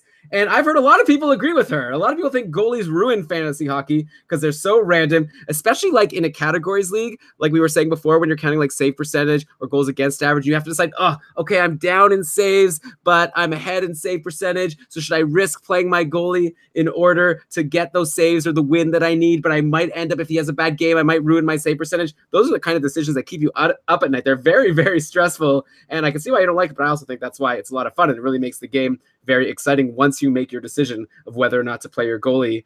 15, like I said, category seems like a lot, Teddy. So I'm just going through the notes here that I had. I kind of liked, Brian, 4 out of 11. We had a league once that I was in just to fully answer this question of what percentage of categories to be goalie categories. We had a league where it was goals, assists, points, shots, power play points, hits, blocks. So 7 skater categories, and then 4 goalie categories: wins, goals against average, save percentage, and save. So 4 out of 11. The one that you said, except what? Well, except we already said 2 out of 7 works, and 4 out of 11 is a higher percentage. Like 3 out of 11 would be the closer matching ratio by my quick mental math. Yeah, you're right. Actually, 3 out of 11 is very close to 2 out of 7. So maybe take out goals against average because you said you didn't even like that category anyways. Then it gets tricky in terms of like when you have goalie categories, you're trying to figure out how many counting ones, like wins and saves, to compare to how many rate ones, like goals against average and save percentage. It's tricky because if you have more counting stats, then it's not even as important to have a goalie who plays well. You just want the goalies that are going to play a lot of games because they're going to be more likely to get you wins and you'll be able to run away with saves. So you want to have penalties for goalies that don't play well. Okay, but anyways, okay, enough about goalies. Let's go to our next question. Des asked, in both of his points leagues, goalies are very overpowered. Okay, I guess one more about goalies. Count for around 1/3 of all points, even though there are only 2 slots. And he was asking, like, what can you do to not make goalies so overpowered? I feel like the answer is pretty easy, right? Like either you could just make the points for goalie stuff less, or you could also, like, one thing we haven't really discussed ever on the show, Brian, is what about just having 1 goalie slot per night? Like instead of being able to play 2 goalies per night, you could only play 1. Because Des was saying the thing that bugged him is everyone picks 3 goalies because they're so overvalued. So there's never anyone fun to pick up in free agency because it's a 12-team league. So that's 36 goalies gone right away. Even the backups are owned on a lot of teams. So what do you think about just having fewer spots on the roster? Only 1 goalie can play per night. You have to decide which one you want to play. And then there's going to be lots of options in free agency. I'm into it. Like, it sounds like there's a problem in Dez's league if people are just hoarding goalies. And I've been in leagues like this too, where people hoard goalies because they know, like, someone who missed the draft or someone who just isn't totally in tune with the roster setup, someone is going to desperately need a goalie at some point, and they will overpay because they will need one. So someone starts the year with 4 or 5 goalies, within the plan is to trade 2 of them, and they'll get a better return for that goalie than anyone they could have drafted in the same position. And I don't love that. I don't love hoarding goalies. I know I'm going to call out Dave in tier 1 of the Cupful last year, who I think ended up with 1 or 2 more goalies than he would have liked. I'm not sure if the plan was to sell them off as people needed them and to just hang on to them in the meantime. But he got kind of burned when nobody was quite giving him the return I think that he'd been hoping for. So it backfired a little, and you don't want that situation. Dave, I'm not saying this is what you were doing. I'm just saying if it was what you were trying to do, it didn't quite work out. I would much rather people be drafting 1 goalie and then maybe a second, so there are enough goalies to go around. And then, yeah, you are trying to make the choice of which goalie to start. The trouble with that, of course, is that making that choice is kind of a coin flip, night in, night out, depending on the difference in skill level between your 2 goalies. Yeah, but I threw that question out there too, but I personally think you should have 2 active goalie slots a night. It's like too few. If you're in a 12-team league, I don't want to have only 12 goalies playing. I think the best thing you could do, Des, is to just reduce the number of points that goalies contribute to your points league. Yeah, or you can also do what we did in the Cupful, which is have a maximum number of goalies that anyone can carry. Like we said a maximum it was a 4, of healthy goalies, and we found that helped. And in actually our 2 out of 7 league, in our 2 out of 7 Cupful setup last year, we had a minimum number of goalies that you had to hold on your roster, so that if you wanted to punt goalies, you still could not put skaters in those roster spots to load up on the skater categories. Right. Though, of course, Des is talking about a points league. But yeah, in a categories league, you have to consider things like that. In a points league, I think you definitely don't want to make it that the team that has the best goalies is going to always win. And it doesn't matter who has McDavid or Kucherov or Crosby or Ovechkin. All that matters is who has, well, at least last year, Hellebuck and Vasilevsky, especially because we saw last year how goalies are a lot more random than skaters. The goalies that we thought were going to be amazing last year were Carey Price, Matt Murray, and Braden Holtby. And all three of them kind of stunk last year. And the goalies who ended up being good were guys that were way far down in people's draft lists. So do you really want to give those people the guaranteed wins? So no, I think like in the couple, I think I like when I look at my list of just how many points every player contributed last year based on the points breakdown that we set up. And by the way, if you're in the Patreon Facebook group, we have a couple group and I posted a link to this spreadsheet. So it's fun to look at. So it's like overall the top skaters were a little better than the top goalies in terms of total points, but the top goalies were better a little bit for points per game just because they play fewer games. But overall, it's like pretty even where like having a good goalie should be similarly valuable to having good skaters. It shouldn't be that having good goalies worth so much more. And you want to have fun goalies at free agency for sure. So it's a very interesting question. Okay, Brian, here's a question that I don't think we've tackled on one of these shows before. It wasn't a question week up. I want to throw it at you. Some leagues, especially a categories league or even a points league, will have different point weightings for defensemen. So let's say in a categories league, they might have a whole category called defense points, where just for keeping track of how many points your defenseman got, that's a category. For a points league, maybe you could have a goal for a forward is worth 5 points, but a goal for a defenseman is worth 6 points. What do you think about that? Is it worth it to separate the weightings for forwards and defensemen, or do you think it's good to just keep them all the same? I think it's okay to keep them all the same. I've been in a defensive points league, and it's great, but I would rather that defensemen are rewarded maybe a little more organically is the word I'm looking for, and you do that by adding things that defensemen do more often than forwards, like blocks, like hits. If you can add an average time on ice category, I even prefer that to defensive points. Ooh, that's the worst. Well, we didn't even talk about that category. I don't like a category where you already know who's going to win before the game even starts. Like Alex but you just get a bonus. You get a bonus for having a player who is integral, like especially on defense. The guys who play heavy minutes aren't always big scorers. So if you secure a top pairing defensive defenseman, there's value in that. But of course, there's value in the minutes they play and pick up blocks and hits in that time. Yeah, I feel like this really comes down to the fun versus the like trying to make it a simulation of hockey. Like I don't want to be like we were saying before how we want to watch the game and be excited about our team getting fantasy points. I want to be like, yay, my player's on the ice. Ooh, he's skating around. Oh no, he got on the bench. Hopefully he'll come out again soon. I need more minutes. I don't think that's the most exciting thing. But yeah, like you said, Brian, it could be a proxy to get you some of those other peripheral categories. And like I already said before, you've got the value over replacement. If you set it up right, where good defensemen who get the categories that you care about get more points than the replacement level defenseman, then it doesn't matter if defensemen are getting a little bit less than forwards because it's all about being able to get the most value out of your roster overall. So thanks for the question, Tom at 400 characters on Twitter. Okay, so Brian, I'll recap before we move on. The points for the Cacuffle this year, as we have them now, we're going goals 5, assists 3, shots 0.5, hits 0.25, blocks 0.5, shorthanded points 1 point, and then for goalies we went wins 2, goals against -2, saves 0.35, and shutouts 1. So if anyone is designing their own league and they want to make it just like the Cacuffle, first of all, just join the Cacuffle. Then you can play in the Cacuffle. You don't have to worry about doing that in your league as well. But that is the breakdown, and I'll explain.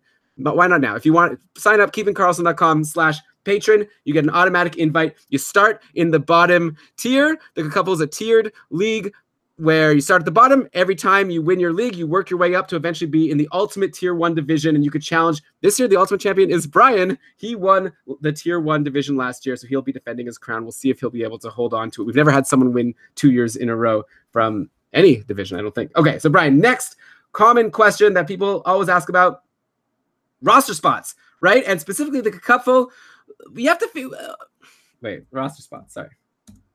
I'll just go back to the start.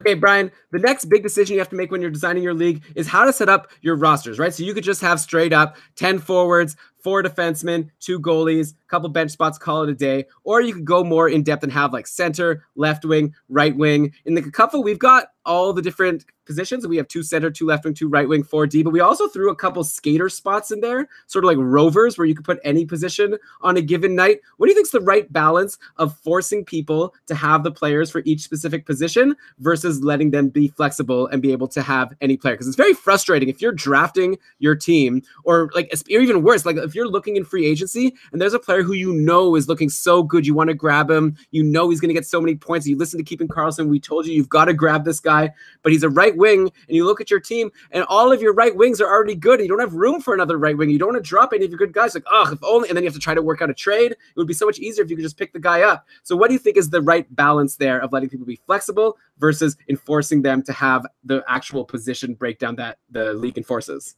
It is a balance. That's exactly what it is. You want to have some restrictions on who you can play on a given night. Like an NHL team is not going to ice 10 defensemen and 5 centers on a given night, although like they do. I guess the center part could be true with dual eligibility and whatever. What I'm trying to say is that you want your lineup. I think part of the fun of fantasy hockey is having your lineup still somewhat resemble an actual NHL lineup. Having position restrictions also helps add to like the whole setup of value over replacement, right? When we talked about how centers could be a dime a dozen at one point, when you get to like the 55-point centers, there are a lot more of those, or 60-point centers, or even 80-point centers than there are of that caliber player at right wing or left wing. So maybe you should jump on those guys earlier in your draft or value them higher throughout your season, because they are more difficult to replace. The same way, you know, that the Edmonton Oilers are forever, or any hockey team actually, the unicorn of the NHL right now is a right-handed shot defenseman. And I think it's good to include that scarcity thing in your own league. If there's a valuable, rare skill from a certain position on the ice, I think it's good to have that reflected in your fantasy lineup. Although it is frustrating when you do need to bench a guy and leave a spot empty in your roster, in your active roster, because the guy's not the right position. But I think that's on you as a manager, right? You're not going to start, if you're an NHL GM, you're not going to start 7 right shooting wingers. You need some left wingers too. Yeah, for sure. And also with defense versus forwards, or like Alex is saying, he actually enforces you have to have 5 D-men in your league. So like in the couple, we're having 4 D spots. Then there's also 4 bench spots. So it's up to you to decide. You could only have 4 defensemen on your team and use all 4 of your bench spots for skaters, since generally, and I should say forwards, because generally forwards are going to get you more points than defensemen. But if you do that, you will have some nights where, let's say if one of your defensemen isn't playing that night, but it's a busy Saturday, all of a sudden you have only 3 of your defense roster spots filled, and you have to leave skaters on the bench. So that's a decision you have to make. If you were carrying more defensemen, then you'd be able to fill your roster every single night and maybe get more value. So, but maybe sometimes it's smarter to leave a spot open in exchange for having a roster with higher point guys. So that adds to some of the fun and the decision-making in managing your team. Okay, so aside from the roster positions, what about IR, Brian? Yahoo offers you the option. You could either use IR or IR plus. So this is if you have a player who's injured. If you're using IR plus spots, any injured player, he could be day-to-day, he could be out, like, you know, we don't know yet how long he's going to be out. You could throw him in the IR, pick someone else up to replace him. If you use IR spots, it has to be like an NHL designated injured reserve player who's been registered as being in the injured reserve according to NHL.com. Some leagues I've played in have like maybe 2 IR plus and 1 IR. They like still insist on using that IR. Is there any reason to use it? I feel like it's terrible, right? Because it's not even based on anything. Sometimes a player is injured and they say he's going to be out for a month, but the team just doesn't put him into the IR because they don't need to for whatever reason. Why should your league have to care about that? So like for the cupful, we're having 4 IR spots, all IR plus. I'm curious to know if you have any counter arguments to this decision. None. If a player is not playing, then you shouldn't have to burn a roster spot on them. That's just adding insult to injury. It sucks enough that a guy that you deem valuable enough to be on your roster is now unable to play, and you're going to need to replace him with someone who is, well, by your judgment, worse because they're available in free agency. And Elon, as you alluded to, the rules in the NHL for placing a player on IR means, and we've gotten into this in the past because we've been confused, why is this guy like just day to day for 2 months? It's because you need to have a prognosis to be able to put a player on IR in the NHL. So if a player's in an in-between stage where a team doesn't know exactly what the issue is, or like is waiting on an evaluation for some reason, the player's just never headed to IR. So if they're not playing, if they're not dressing on a nightly basis, then they should not. So if they're not dressing, then they should be able to go into your IR. End of story. The question, of course, is what do you do when a player who is healthy again, but still in your IR spot, does that penalize the owner for having a player who's no longer eligible, who is actually playing in their games, to be stashed away in an IR spot? Wait, what? What are you talking about now? You're saying, should you penalize people for having ineligible people in their IR? Yeah. Okay, well, it's easy if you're on Yahoo or ESPN because they don't have any enforcement rules for that, right? So the way it works is your penalty is that if you have a player in the IR and he's no longer eligible, he's playing, then you're not allowed to do any ads. You're not allowed to do trades or anything like that. You're able to move people in and out of your roster, but you can't add anyone. But if you're happy with your roster as it is, you can wait as long as you want and just move people around and leave the ineligible guy in IR. And I actually really like that strategy. If it's available to you, if it's allowed, it's a great way to like first maybe find out, is this player actually good? Is this player like healthy again, back to what you were expecting him to be before you decide to drop someone to bring him back in? Of course, I know, Brian, you're not a big fan of that. You think that you should have to drop him just because it's unfair to everyone else, that now your team is holding more active players than what's allowed, and there should really be better free agents out there available. Of course, if you're using Yahoo like we're using next year for the couple, we don't really have a choice. When we used Fantrax last year, they had a really cool option where we made it that you have 2 days to move the player out of your IR, and after that, you can't even make a roster move. Like, you can't even move a player from your bench to your active roster. So that made that if I wanted to keep a guy in my IR for some reason, for let's say a week, like I just don't have anyone I want to drop, I'm going to roll the dice and wait to see if someone else gets injured so that I could just like flip them. Then maybe I would go and like set my roster for like the next month just so that I won't be in trouble and have a day where I have people on my bench and I can't move them into my active roster. So I know you liked that, Brian. I get that, but I think it's fine the way Yahoo does it personally. Sure. Yeah. Great. I mean, okay. I don't like when someone is stashing a whole bunch of players because it's like they have their own private free agent pool that they can hang on to until one of their roster players gets injured and then just do a swap. But I also understand that you are working under the restriction of not being able to make any roster moves, and sometimes that is penalty enough. But yeah, I don't like the building of personal free agent pools either. So Harrison made an interesting point. He wrote a counter argument could be that a bunch of IR plus spots gives additional value to Band-Aid boys, guys like Evander Kane or Chris Letang. But I think I'll disagree with you, right? Because if I want to draft Evander Kane, I'm using a pretty high draft pick for him. If he gets injured, first of all, I'm losing his production from that game that he got injured, right? So if he got injured early in a game, I can't replace him. So right there, I lost a game of production. Then I have to replace him with someone out of free agency. And I know, like, I guess if you're like a super fan, like a really into it, I kind of like when I get the opportunity to pick someone out of free agency because I always have a bunch of people on my watch list that I'm super excited about. I just also love everyone on my team and I have no one to drop. So if someone gets injured, that's not like one of the core, you know, like if I don't, like obviously when Sidney Crosby's injured, I'm never going to be too excited about that. But yeah, if you have a roster spot open, maybe it is a nice opportunity to pick up someone else, but usually it's going to be someone worse than the guy who got injured. Otherwise you would have dropped that guy for the other guy in the first place. So I think you're already being penalized by losing your good rostered player, that you don't need to overly penalize by also making them like take up a spot on your roster. So I get what you're saying, Harrison, but I also think that the punishment should be enough because Brian, then also the other question is some leagues have like only 1 IR spot or 2 IR spots. We decided to couple to have 4 IR spots. Be IR generous. Plus again. Yeah, be generous with their IR spots. Like again, it's enough of a penalty to have a player who is better than the rest of the free agents go down with injury and you don't get them anymore and you have to replace them with a weaker player. You shouldn't have to lose that player also or decide which player is going to burn a hole in your roster and which one, and decide whether you're going to let a player burn a hole in your roster or drop him for nothing and then hope to be the first one to add him again when he's healthy. That's too much. I just feel like I don't want my league decided by who was getting bad luck with injuries. Like it's always partially going to be decided by that because obviously, like especially for goalies, right? Because they're usually a lot harder to find in free agency. Like a good starting goalie, it's like if a goalie gets injured, you got to grab the backup so that you could get the starts. But in general, yeah, I don't like my league to be decided too much by injuries. Like it's going to be decided a little bit, but I'd rather not penalize the person especially hard. And then at the end, when I'm trying to celebrate my win and I think I'm a brilliant genius, and then I have the person who ended up losing being like, oh, I would have won, but I had that injury, and then I ended up having this roster spot not being used, so it was unfair. But I don't want any excuses. I want to win, and I don't want the other person to have excuses. If I lose, I kind of like having excuses, but you have to be creative in that case and come up. And I always have good ways of coming up with excuses, so I'm not wanting for that.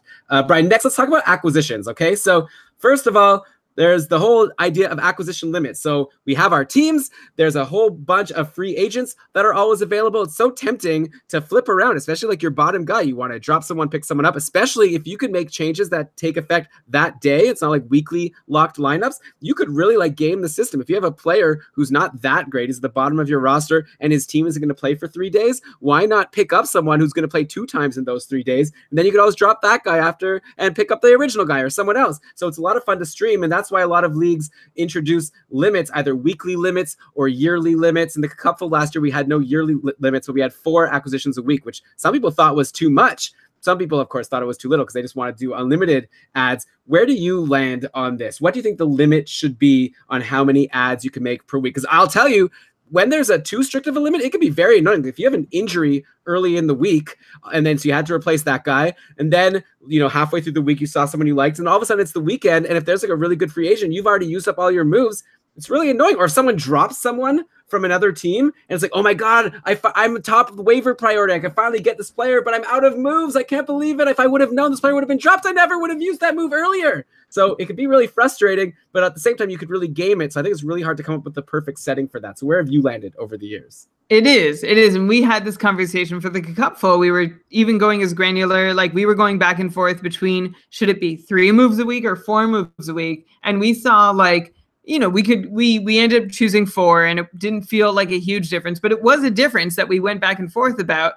And essentially what it came down to is you want to be able to do 2 things. You want to forgive anyone who has a rash of injuries in a given week, and you also want to give them enough ability to make moves and manage their team to help them win a given week and get them out of a sticky situation, or really, put their foot on the gas or turn the throttle. Whatever. I'm not a motorcyclist. How do throttles work? Pull the throttle? No one told you to use this metaphor of a motorcycle.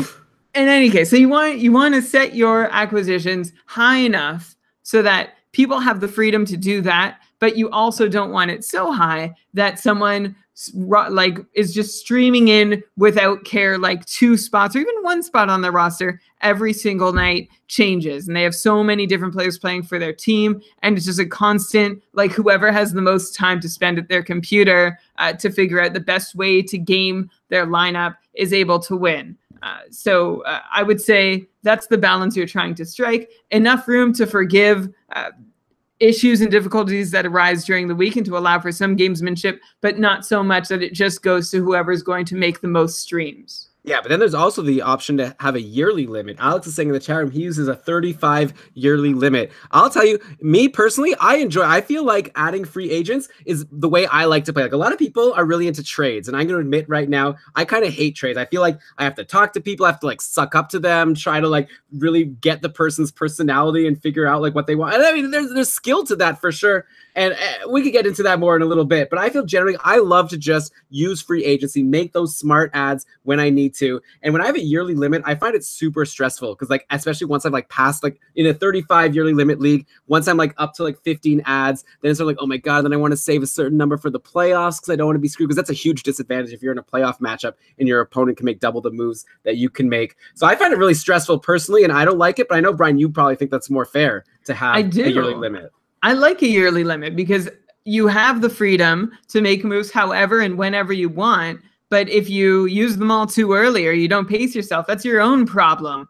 Like even if you just gave like 4 moves a week and you multiplied that by however many weeks are going to be in your fantasy season, and that was the yearly limit, I'd be fine with that. And then if you save moves, like if you don't stream all the time to get your wins, Of course, streaming, like, this is a whole other debate, right? Is streaming considered a good way to win? And I'd say it's a valid way to win. Some people do find it frustrating, and it often is like the people who are streaming are the people who have more time to spend, which isn't, and who might be able to access their computer and hockey news more regularly through the day. But I think there's something to be said for getting far on the team that you drafted, which is why having an annual limit, a yearly limit, if you can get by on the team you drafted without streaming your roster every week and using those four moves each week, you've got yourself an advantage going down the home stretch and into your fantasy playoffs. Yeah, I think, Brian, if I could design my perfect league, you were saying before, settings that don't exist, but you wish they did. I would love if there would be a way to be like, once you add a player, you can't drop them for a week. Because, like, I feel like I want to make lots of ad drops, not necessarily because I want to stream and, like, get those extra points in the given week to sneak my way. It's more just like, I, like, all of a sudden see a free agent, like, ooh, I really want that guy. I want to try him out. I'm willing to risk losing this guy to take that guy. And I hate that I have to look into my limits to count for it. So I'd love if you could have some rule like that, where when you add a guy, you can't drop him for a week. That means that you're not streaming. You could do it as much as you want with as many roster spots as you want, but you have some skin in the game in terms of you can't just drop him and stream to try to get points. I'd also love, as far as our weekly limit, if we could have a new rule in a fantasy platform. I feel like it would be nice if we could say only 4 ads per week, but it doesn't count if you have an injury. So if you're if you have a player who got injured and you put him in your injured reserve, filling that spot, that's free. That doesn't count, but you have 3 ads per week to actually try to improve your team. Because I think 3 ads per week is more fair, because I feel with 4 ads per week, you do have the ability to stream and just get a few extra points and win the week when maybe you didn't deserve it in terms of how good your team was. But on the other hand, if you only have 3 ads per week and you get hit with a couple of injuries, you're really screwed. Like, you can't do anything and it sucks. So I wish that was available, but obviously it's not. So no point debating that. I don't, when we talk in real life, you don't just like, you like respond. It's a conversation. I have nothing to say. Okay, fine. Okay. No point in debating that. Where are we going next? Okay, also the other thing with acquisitions I want to mention is one thing we do in the Cupful, which I thought might not be available in Yahoo, but luckily it is we're going to use the free agent acquisition budget again. So in most standard leagues, this is one thing where Cupful really is a little bit more advanced than your regular league. In most leagues, anytime you want, you could drop a player, add another player. If, for example, some player gets a hat trick, Alex DeBrincat gets a hat trick, and he's in free agency in your league, everyone's going to want to rush and grab him. It's like whoever happened to see it first is going to get him. We're using the free agent acquisition budget where we have an auction once a day where everyone puts in their bids for who they want to add, and whoever bid the most gets the player. And everyone gets a budget of $100 fake at the start of the season. And then you have to decide, am I going to blow my fab early on to get this hot free agent and make sure I get him? Or am I going to save it so that I have more fab than my opponents later on in the year? But yes, you could only add free agents once a day.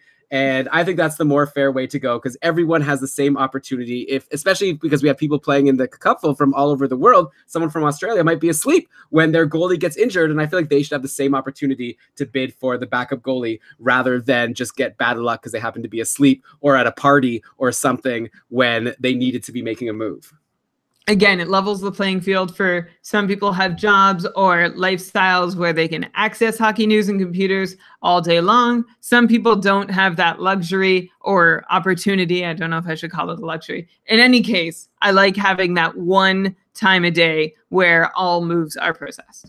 Yeah, of course, there is a lot of strategy with that, though, because you have to sometimes put in backup bids, or I always put in backup bids, right? Because I'm going to, let's say, bid $2 for the guy I want, dropping, so let's say I have Patrick Eves, and I want to drop him because I really like this player in free agency. Oh, man, it's like I know every single player in the league, at least that's fantasy relevant. And when it's time to record a podcast, I forget them all. But let's say, okay, Mantha is in free agency. That wouldn't even happen. Okay, and I want to make a bid for Mantha, but I'm concerned that someone else might bid for him. So then I have to put in a backup and say, okay, if I don't get Mantha, then try to drop East for this guy and bid this much. And then if I don't get that second guy, maybe then try to drop East for this guy. And you could set it all up in Yahoo or whatever platform you're using. This is available on ESPN also. It's also available on Fantrax, of course.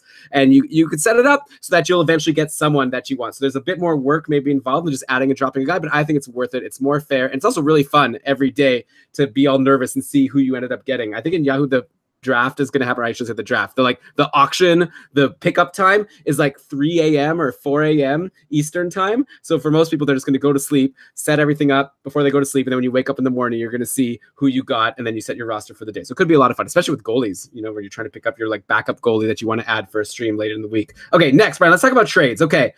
Like I said before, I don't really like trades, but most people really like them. It's a big part of the game. It is a lot of fun, right? To talk to people, like, oh, guys, I really need a goalie. Who make me an offer? And then everyone makes offers. Of course, the problem is that I always hate it when other people make a trade, because usually I feel like my team's doing pretty well, and then some really good team that I'm competing with ends up winning a trade against some crappy team, and all of a sudden my competition got better and there's nothing I could even do about it. So oftentimes leagues have the option to veto, so a bunch of people could vote on if they think the trade was fair or not. And I feel like this is like a really weird system, because the people voting on it are the people who have the most to gain or lose for if it goes through. It's like a very biased decision. Like, of course, unless I have a really strong moral conscience, I'm almost going to want to vote to veto every single trade that happens, because I feel like it's always just a trade that's improving the teams that I'm competing with.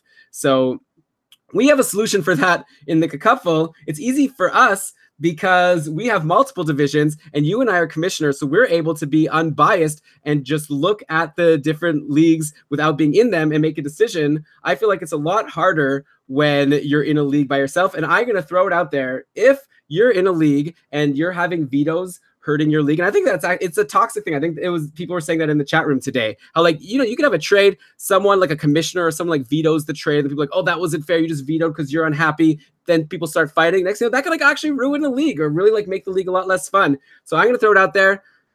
Tweet at us at Keeping Karlsson, or join our patron only Facebook group and post to the patrons. Post the trade to some unbiased people and get them to say if they think the trade is fair or not. I think that's the best way to go. I don't think you should do veto votes. You should have an unbiased person making the decision. Absolutely. There are a lot of reasons why someone might choose to veto a trade. In my dream scenario, my utopian scenario that doesn't exist, is when someone wants to trade a player, maybe they've already negotiated a deal with another owner, they have to put that player up for auction first and announce to everybody that this player is being traded, so like they're not just caught off guard by somebody like coming at them who's been offering like 10 trades a day to everyone in the league, and that person just got lucky, which is a lot of people's strategy in fantasy hockey. I've seen it plenty of times where you have that person who's just constantly handing out trade offers, hoping to win one, finding the needle in the haystack and ready to dedicate the time to do it. But anyway, so my dream scenario is my dream scenario is if you want to trade a player, you put them up for auction, and then everybody can bid on the player. The tricky part is how exactly do you decide what the best bid is for a player, right? Like you might disagree, but at least you'll get a whole variety of offers instead of one that's just a clear ripoff. And if you see that the best offer at a moment is a ripoff offer, you can just one-up it and probably still win the deal. Yeah, so there's actually a question in the chat room here. Can you guys touch on some interesting ideas for how to promote trading? That was Harrison. And I actually responded, why do you even want to promote trading? But then Alex is actually giving some helpful ideas. Yeah, you could have roster minimums. You could have, like things where you make it where like some teams are going to have a deficiency in something and other teams will have overage, and then you could work out a deal where both people benefit. I think that's the best scenario. Like you don't want to promote trading just like you're going to have idiots trading with smart people and the goal is to try to rip off the idiots. Like you want to have all smart people in your league. First of all, you should probably get rid of people in your league who are making dumb trades all the time, because it's just not going to make it fun, in my personal opinion. And then, yeah, you have to try to set it up in a format where there's ways to multiple people can win in a trade. So like I said, in a categories league, if one person needs assists, one person needs blocks, maybe you could work something out. But Brian, regarding what you were saying about your like dream situation of like this bid and all of that stuff, how about a real situation that we can do? It's something we are doing in the Cupful this year, which I think is going to be a lot of fun. And it's an idea that we had from the Puck Hogs League, or actually, Brian, I think we came up with it, but then we saw that the Puck Hogs League is doing it, but maybe we saw that and forgot that. You know how these things work. Yeah, we had this idea a year ago. Like we talked about it quietly, didn't go ahead with it. And then we saw that the Puck Hogs have a version of it. They have something called a trade jury. So by the way, Elon, do you have the website handy so we can properly shout out the Puck Hogs? No. Do you? Why don't you have the site? Oh, because I told you we would check. Okay, I've got it. I've got it. Don't worry about it. Puck Hogs Local 242. It's another like large fantasy league like the Cupful in some ways. They have all the rules posted on their website. You should check it out. We've been chatting with the commissioner, Adrian, over email for a few weeks and just sharing some ideas back and forth. In any case, it's not that interesting to you. But in their rules, you'll see they have a trade jury. This year in the Cupful, we are also introducing a similar concept where anytime a trade is made, and this goes back to how Elon said, like, the people in your league who have a vested interest in whatever trade does or doesn't happen shouldn't be the ones to decide whether it does or doesn't happen. You need to find an objective third party. So any trade that happens in the Cupful this year, we are going to invite three random... Wait. No, it's any trade that happens... I've already got it wrong. Any trade that happens that's contested, right? So it's going to be, the onus is going to be on the people in your league. So if you're in a Cupful division and then a trade happens, you're like, what? That's a terrible trade. Crosby for Vincent Trocheck? Are you kidding me? Just because Trocheck gets a few more hits? So then you'll be like, I contest this trade. And if you contact me or Brian and say, I am officially contesting this trade, then Brian and I will, like you were about to say, we're going to contact three random people from other divisions in the Cupful, and we're going to form a trade jury of those three people plus Brian and I. That makes 5 of us. We'll start a Facebook chat. We'll buy some beers. We'll grab some pizza, and we'll sit and we'll discuss the trade and the merits of it, whether we think it should go or it should not go, and then we'll vote at the end, and that's how we'll decide. All people who are not in the division. I think it'll also be a lot of fun. So we actually have in our registration form for the Cupful, we ask if you're willing to be eligible for jury duty. And if you say yes, then who knows? You might get the call. You might be called on to serve on a jury for a trade that happens. So I think that'll be a lot of fun. I'm curious to see how that will go down if and when it goes down. Because last year there were a few trades that happened in the Cupful that I thought were kind of wonky, but no one contested it. So then in the end, it was kind of like, okay, if no one's contesting it, I guess I'm not going to step in and decide if we need to veto it or not if no one is disappointed. But this year, feel free. It'll be fun. Like, just tell us. If you think it's an unfair trade, let me know, because I think an unfair trade could really hurt a league. So obviously don't just contest anything. But if you think that it's an unbalanced trade, let us know. We'll get the jury going. I think we're going to have a lot of fun. So yeah, good idea, Puck Hogs, if you're the ones who came up with it. Okay, next. Brian, one last thing about trading. When should the trade deadline be? This was a discussion we were having. Should it be like really close to the end of the season, or it should be a lot earlier? I kind of like but again, I'm the Grinch that hates trades. So I want the trade deadline to be like January 1st. After that, no more trades. You're stuck with who you have. But I know most people want to trade all the way up into sometimes the NHL trade deadline. What really quickly, what do you think are like the pros and cons to having an early versus late trade deadline? Well, early means you're going to get less funny business. If you have the trade deadline when more teams are in contention, you're not going to have those like crazy one-sided trades with an owner just like giving up completely and saying, here, have my top 3 stars because you're my friend and give me nothing back in return. And then, of course, your league has more work to do in terms of commissioning and vetoing and working through all that stuff that comes with rip-off trades happening. Yeah, and Brian, even if it's not like a rip-off trade, but like if you're in a keeper league with draft picks being allowed to be traded, yeah, if you wait till the end when a team already knows that they're not going to make the playoffs, then why wouldn't they trade their best player for a draft pick? They don't even care who they get. Like, it makes sense. It's in their best interest to trade whoever they can to get draft picks because they're not going to win anyway. If you make it earlier while they still had a chance, then they'd be less likely to trade away all their chances of winning for a draft pick. So yeah, definitely that. So it doesn't always have to be like a complete ripoff, but it could just be that with these draft pick tradings, it could really be an unbalanced trade for the given season. Yeah, and it can throw off the whole competitive balance of your league. So having it earlier helps minimize the chances of having so many teams so far out of it that they're willing to just give up and throw in the towel and make some lopsided deals. On the other hand, you want the trade deadline. On the other hand, the pros for having the trade deadline closer to the beginning of your fantasy playoffs is to give you some time to adjust and tinker with your lineup and really have an accurate picture of what your team looks like going into the playoffs and figure something out. Of course, if you have like a major injury that hurts you at a position and you want to make a deal to try and compensate for that, but the trade deadline's already passed, you're kind of out of luck. So it is restricting to have the trade deadline too early. I've sort of landed, Elon, 3 to 5 weeks before the playoffs begin is probably the best space. I don't know that there's a way to have the trade deadline in a position that allows owners flexibility to tinker with their team before their playoffs.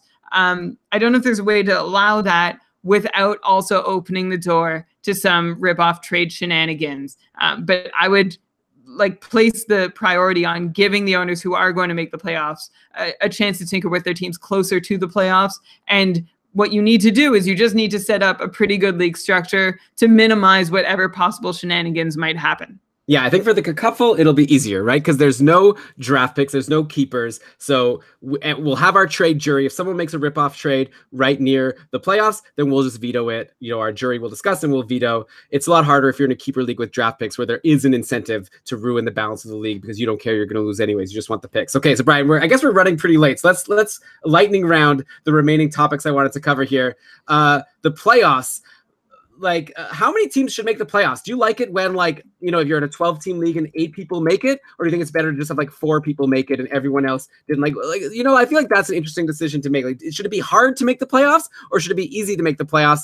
Because if I came first in the league and then I was playing the 8th place team and then I ended up losing in the first round, I'm like, how did this guy even make the playoffs? It's so frustrating. But also, I guess you should have, been able to handle the 8th place team. So I could definitely see pros and cons from both sides. I think like when you have 1 week playoff matchups, and unfortunately it looks like Yahoo is going to once again only support 1 week playoff matchups, there could be a lot of luck involved. Like my team could be better than your team, but you could just happen to have all your best players playing 4 times and all of my best players are only playing 2 times. All of a sudden I lose and I'm very mad about it.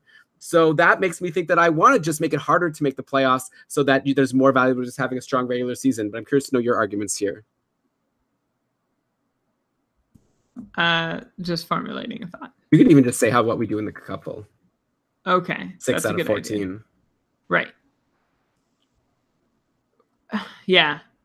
So in the couple, we have 6 out of 14 teams in the playoffs, and there are a couple arguments to have more spots available. I mean, it was 6 out of 14 in the championship round of the couple, and then there was a consolation bracket with the rest. So we actually, Elon, had every team playing in the playoffs for one reason or another last season. And that's probably the best setup, to have as many teams involved in playoffs with some kind of stakes at play as well, because that way you have teams engaged the whole way through and you're less likely to have a team throw in the towel. Like if you include 75% of your league in the playoffs, yeah, it does make it a little more prone to luck come playoff time, but it means that you're not going to have teams as abandoned, hypothetically, as you would have if you only let the top 6 or 8 teams in. So Elon, in the cupful, we have promotion and relegation. So even if you don't make the playoffs, like if you're not in the top 6, if you're outside the top 6 and not making the playoffs, depending on where you finish in your division, there's still a lot at stake, just depending on your final standings. Yeah, for sure. So this year we have to go with what Yahoo has. With Fantrax, we had a lot more configurability for the playoffs. But yeah, some teams that don't make the actual playoffs are still going to play in a relegation tournament to see where they stand at the end of the season. But yeah, we decided 6 teams make the playoffs out of 14, so not exactly half, but close to it. Plus, I really like giving a bye to the top 2 teams. I think it's like you deserve it. Remove some of the luck, right? Like if you earned a top 2 spot in your division, I think you deserve to take a week off, relax. And it's not just like relax, right? It's a great opportunity to take advantage of like players who are dropped because they had a bad schedule. And then you get to just pick that player up. You don't even care. You don't have to worry about the schedule because you're not even playing that week. So I think that's your reward for coming in first. So I think 6 is a good number because you get to have that bye. Okay, so to end things, let's take some of the more challenging questions. Super lightning round, okay? So Steve Laidlaw asked us, is there a reason that auction drafts haven't become more prevalent? That's not a word. Prevalent. Is there a reason beyond the online nature of fantasy hockey that auction drafts haven't become more prevalent? Haven't become more prevalent. So Steve, obviously a big fan of auction drafts. We have some patrons who are super huge fans of auction drafts. They don't even want to play if they have to do a snake draft. Of course, with an I'm a super huge fan of an auction draft. It is the best way to draft. It takes the randomness of draft order out. And Elon, I'm going to jump in here. Auction draft, you get a budget. You get to spend it however you want on players to fill out your roster. Of course, you can't bid so much on a player that you end up broke. You have to keep at least $1 per each empty slot on your team handy, and it's all automated. Like the platform you're using will figure it out. And like this way, everyone has a shot at Connor McDavid in their fantasy pool. It's not like, oh, I'm drafting 14th. There's only certain players that I know I'm going to get in the first round.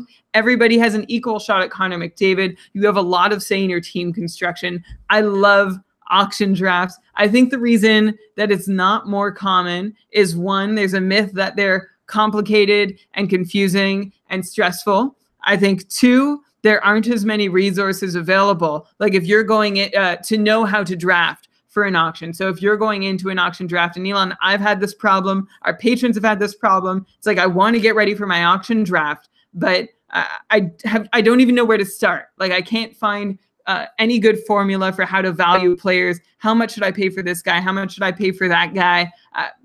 There usually is not a black and white answer because auction drafts are so dynamic and the market is set differently for each auction draft, and depending what other owners in your league are willing to spend. It's a super strategic thing. The other stumbling block, I think, for people getting in on auction drafts is that it just takes longer. Like it's a bigger investment. We've had our Cupful Tier 1 auction draft run over 4 hours, probably close to 5 in the past, whereas a snake draft, you can pretty much finish any snake draft in a reasonable league size in about 2 hours. So I think those are the 3 main reasons why auction drafts aren't more popular, even though in my opinion, they should be. They should be the default setting. It's so fun.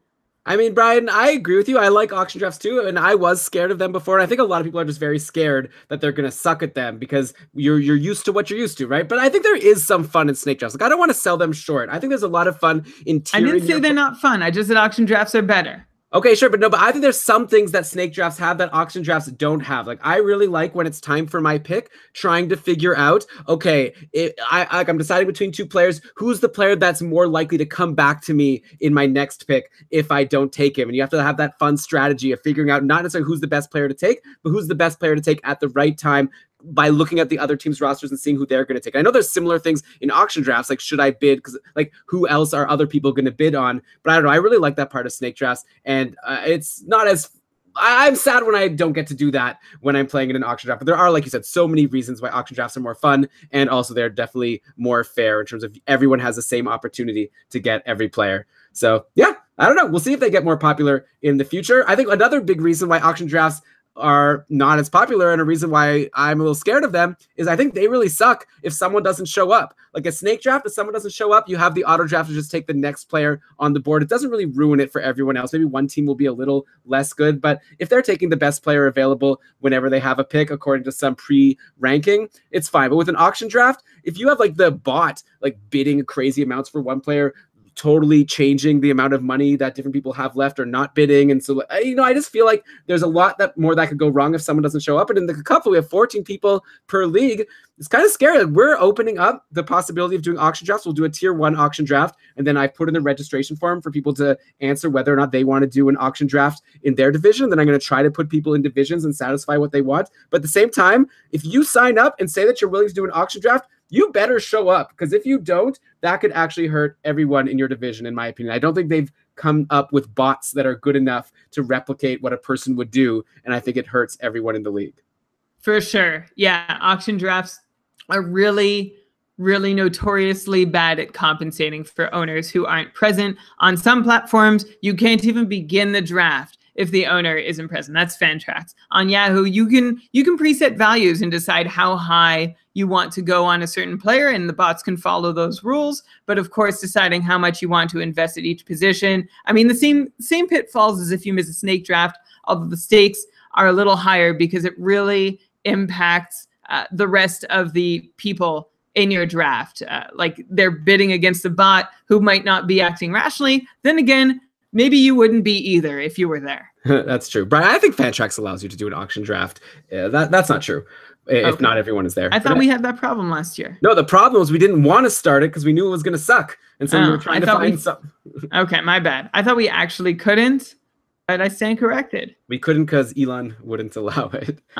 Okay, so I guess we're not going to get to all the great questions that we had, unfortunately. Thank you for everyone who tweeted at us and posted on Facebook. We had a lot of questions about everything we've talked about now. That's really just scratching the surface of league design. There's so many more complicated types of leagues. Like there's keeper leagues, and then even within keeper leagues, there's so many different formats. Like you could just have a straight up keep 5 players. Every team keeps 5 players, or you could have a little more specific, like everyone gets to keep 2 centers and 3 left wings, or you have to keep at least 1 goalie, or you can't have more than 1 goalie. Then you could have keepers based on what round the player was drafted in. A lot of people ask questions like, okay, since I picked this player in round 15, if I keep him, then I give up my 15th round pick in the next draft. So it's always better to try to get keepers in later rounds. So there's like formats like that.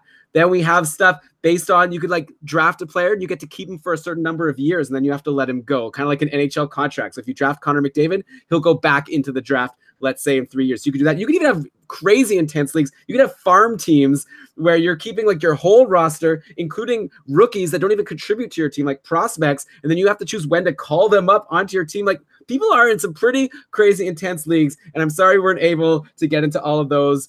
But definitely tweet us. Or go ahead. I'm going to put out an offer. If we did not get to your question, or you have another one based on this episode, why don't you tweet at us? Even if you already did, maybe we'll miss it. Like, we'll go back and try and answer. But tweet at us. We will quote tweet and we'll reply. Maybe we'll quote tweet to broadcast it to everybody else who might be interested, or we'll just reply straight to you. We will find a way to answer your question.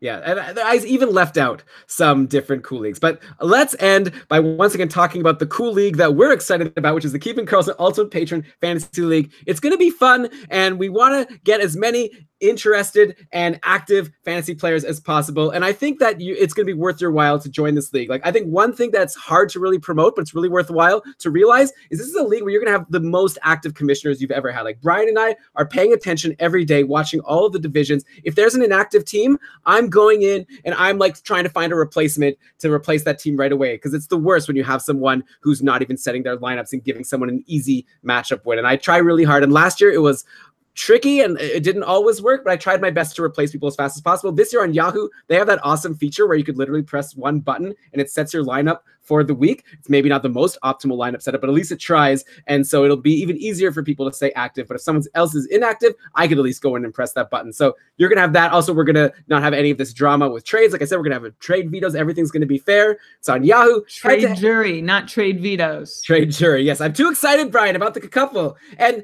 you know what? If you're thinking, I don't know if I should become a patron just to join this league, you're also getting other features. Sorry, guys, for the promotion. Hey, we didn't have an advertisement this episode, so you got to give us that. But okay, you get access to our patron-only Facebook group. You get our monthly patron cast, a bonus episode just for the patrons. We dropped our almanac. We actually have a discount code for the people who are interested in the almanac. If you're a patron, you're going to get 20% off.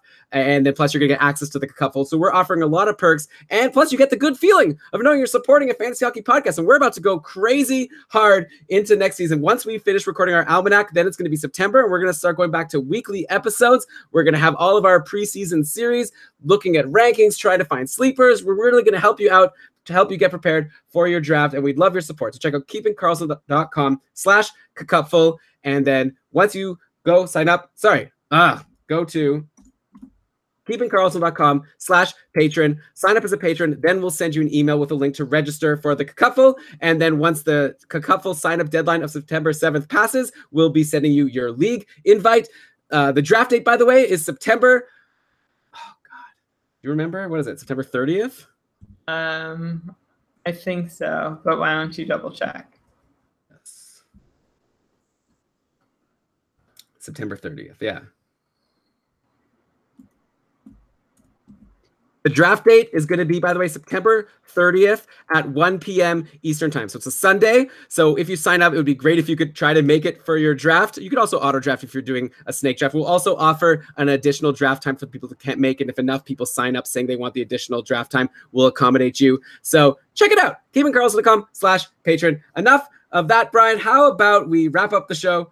Thanks again for everyone who's listening. Tweet at us at Keeping Karlsson with any questions we didn't get to, or if you have any comments on any of the things that we discussed. We'd love a 5-star review on iTunes if you're up for it. If you want to check out our almanac, which is still in pre-order because we're going to be recording it next weekend and all throughout next week, keepingkarlsson.com/almanac. But Brian, with that, let's cue the outro music. And why don't you go ahead and read us the credits? All right. This episode of the Keeping Karlsson Fantasy Hockey Podcast was presented by Dobber Hockey and supported by our patrons. It was researched with help from a couple sources that we never reference. Some of our inspiration in setting up this year's Cupful came from Johnny Fantasy, who you can follow on Twitter at Johnny with an H and 2 N's _fantasy, or go to johnnyfantasy.com, and Puck Hogs Local 242. league.com, another large-scale league that you can join and really try and find some intense people to test your mettle against. That's it. Thanks for listening.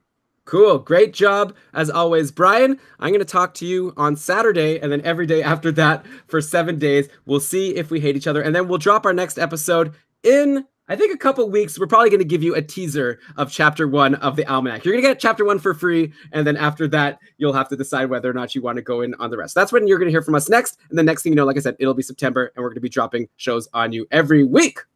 Bam! Like an anvil. So, Brian, say your catchphrase. Until the next time, keep on keeping Karlsson. Bye. Cool. Man, we went long. There was a lot to talk about.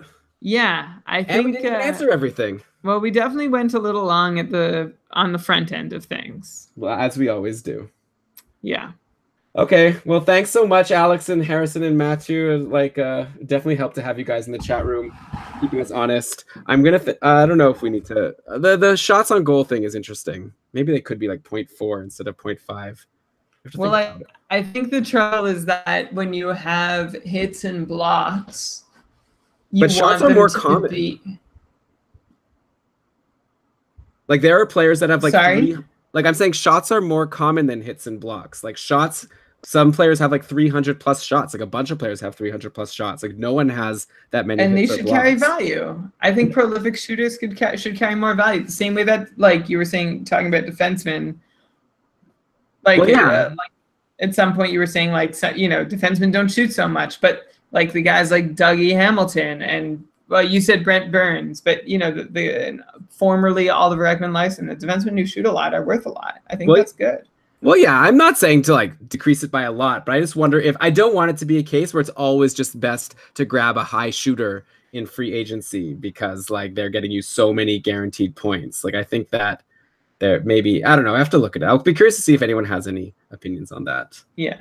I might think 0.4 might be more reasonable, but maybe I'll play with it in the spreadsheet and see how it looks. Sure, play with it. I think heavy shooters should be rewarded just the same way heavy goal scorers should be rewarded. But they're going to be heavy goal scorers are going to be rewarded double, right? Like you're going to take like if you take 8 shots in a game and score a couple goals. Generally, but if you're snake bitten or if you're scoring on more or less of your shots than you should, like shots is still going to be pretty steady. Yeah, I do like shots. Okay, we could always just try it out and then we could play with it next year also. Anyways, we got to get to work now. So starting tomorrow, Brian, we got to start really getting deep into our prep. I hope I don't have a lot of work stuff that comes up. Me too. All right. I mean, for you, I will take a look at the notes that you've started and give you some feedback. And yeah, that would be great because tomorrow I'm planning on like spending all night doing prep. Dina's going out, so I have a free night to really go deep into stuff. Wow, and I'm busy tomorrow night, but maybe I should reserve another night. Well, you have all day. I'm pretty busy during the day tomorrow. Well, good luck to you. Also, we still haven't decided, by the way, our like recording schedule. Like we have to record basically like 5 a day. We should probably. Oh, yeah. Like you said, 6 hours is in. It's a lot. And I'm like, I feel like we're going like 9, like we're going 8. I think I want to see how many we can record in a day, pretty much. Like I would love to be able to tackle a whole division. In a day? Well, we have 31 teams. If we can do 5 a day over 6 days, that's great. If we can do 6 a day over 5, that's even better. If we can do 7 a day. But how do you actually envision that? Like, let's say each one is an hour. Okay, so like each one's not an hour. Each one's 30 minutes. Let's say to give ourselves a buffer zone, okay, like some rest time. Like. Oh, okay. So not just recording. Yeah, like let's say an hour per whatever. Like, so I was kind of thinking maybe like a couple in the morning, a couple in the afternoon, and then maybe like 1 in the evening. But I guess you're thinking more like maybe 3 in the morning. Like, what time in the morning do you want to start? Yeah, no, I think we just go hard. Like, I think we get up and we grind. But I don't know if I'm going to be able to prep. I was kind of also assuming we're going to prep as we go a little bit. Huh. And I was thinking that I would try, like, the evenings would be for prepping and the days would be for recording. Right. like putting. Okay, so I guess the big thing that's going to be tricky compared to our normal episodes.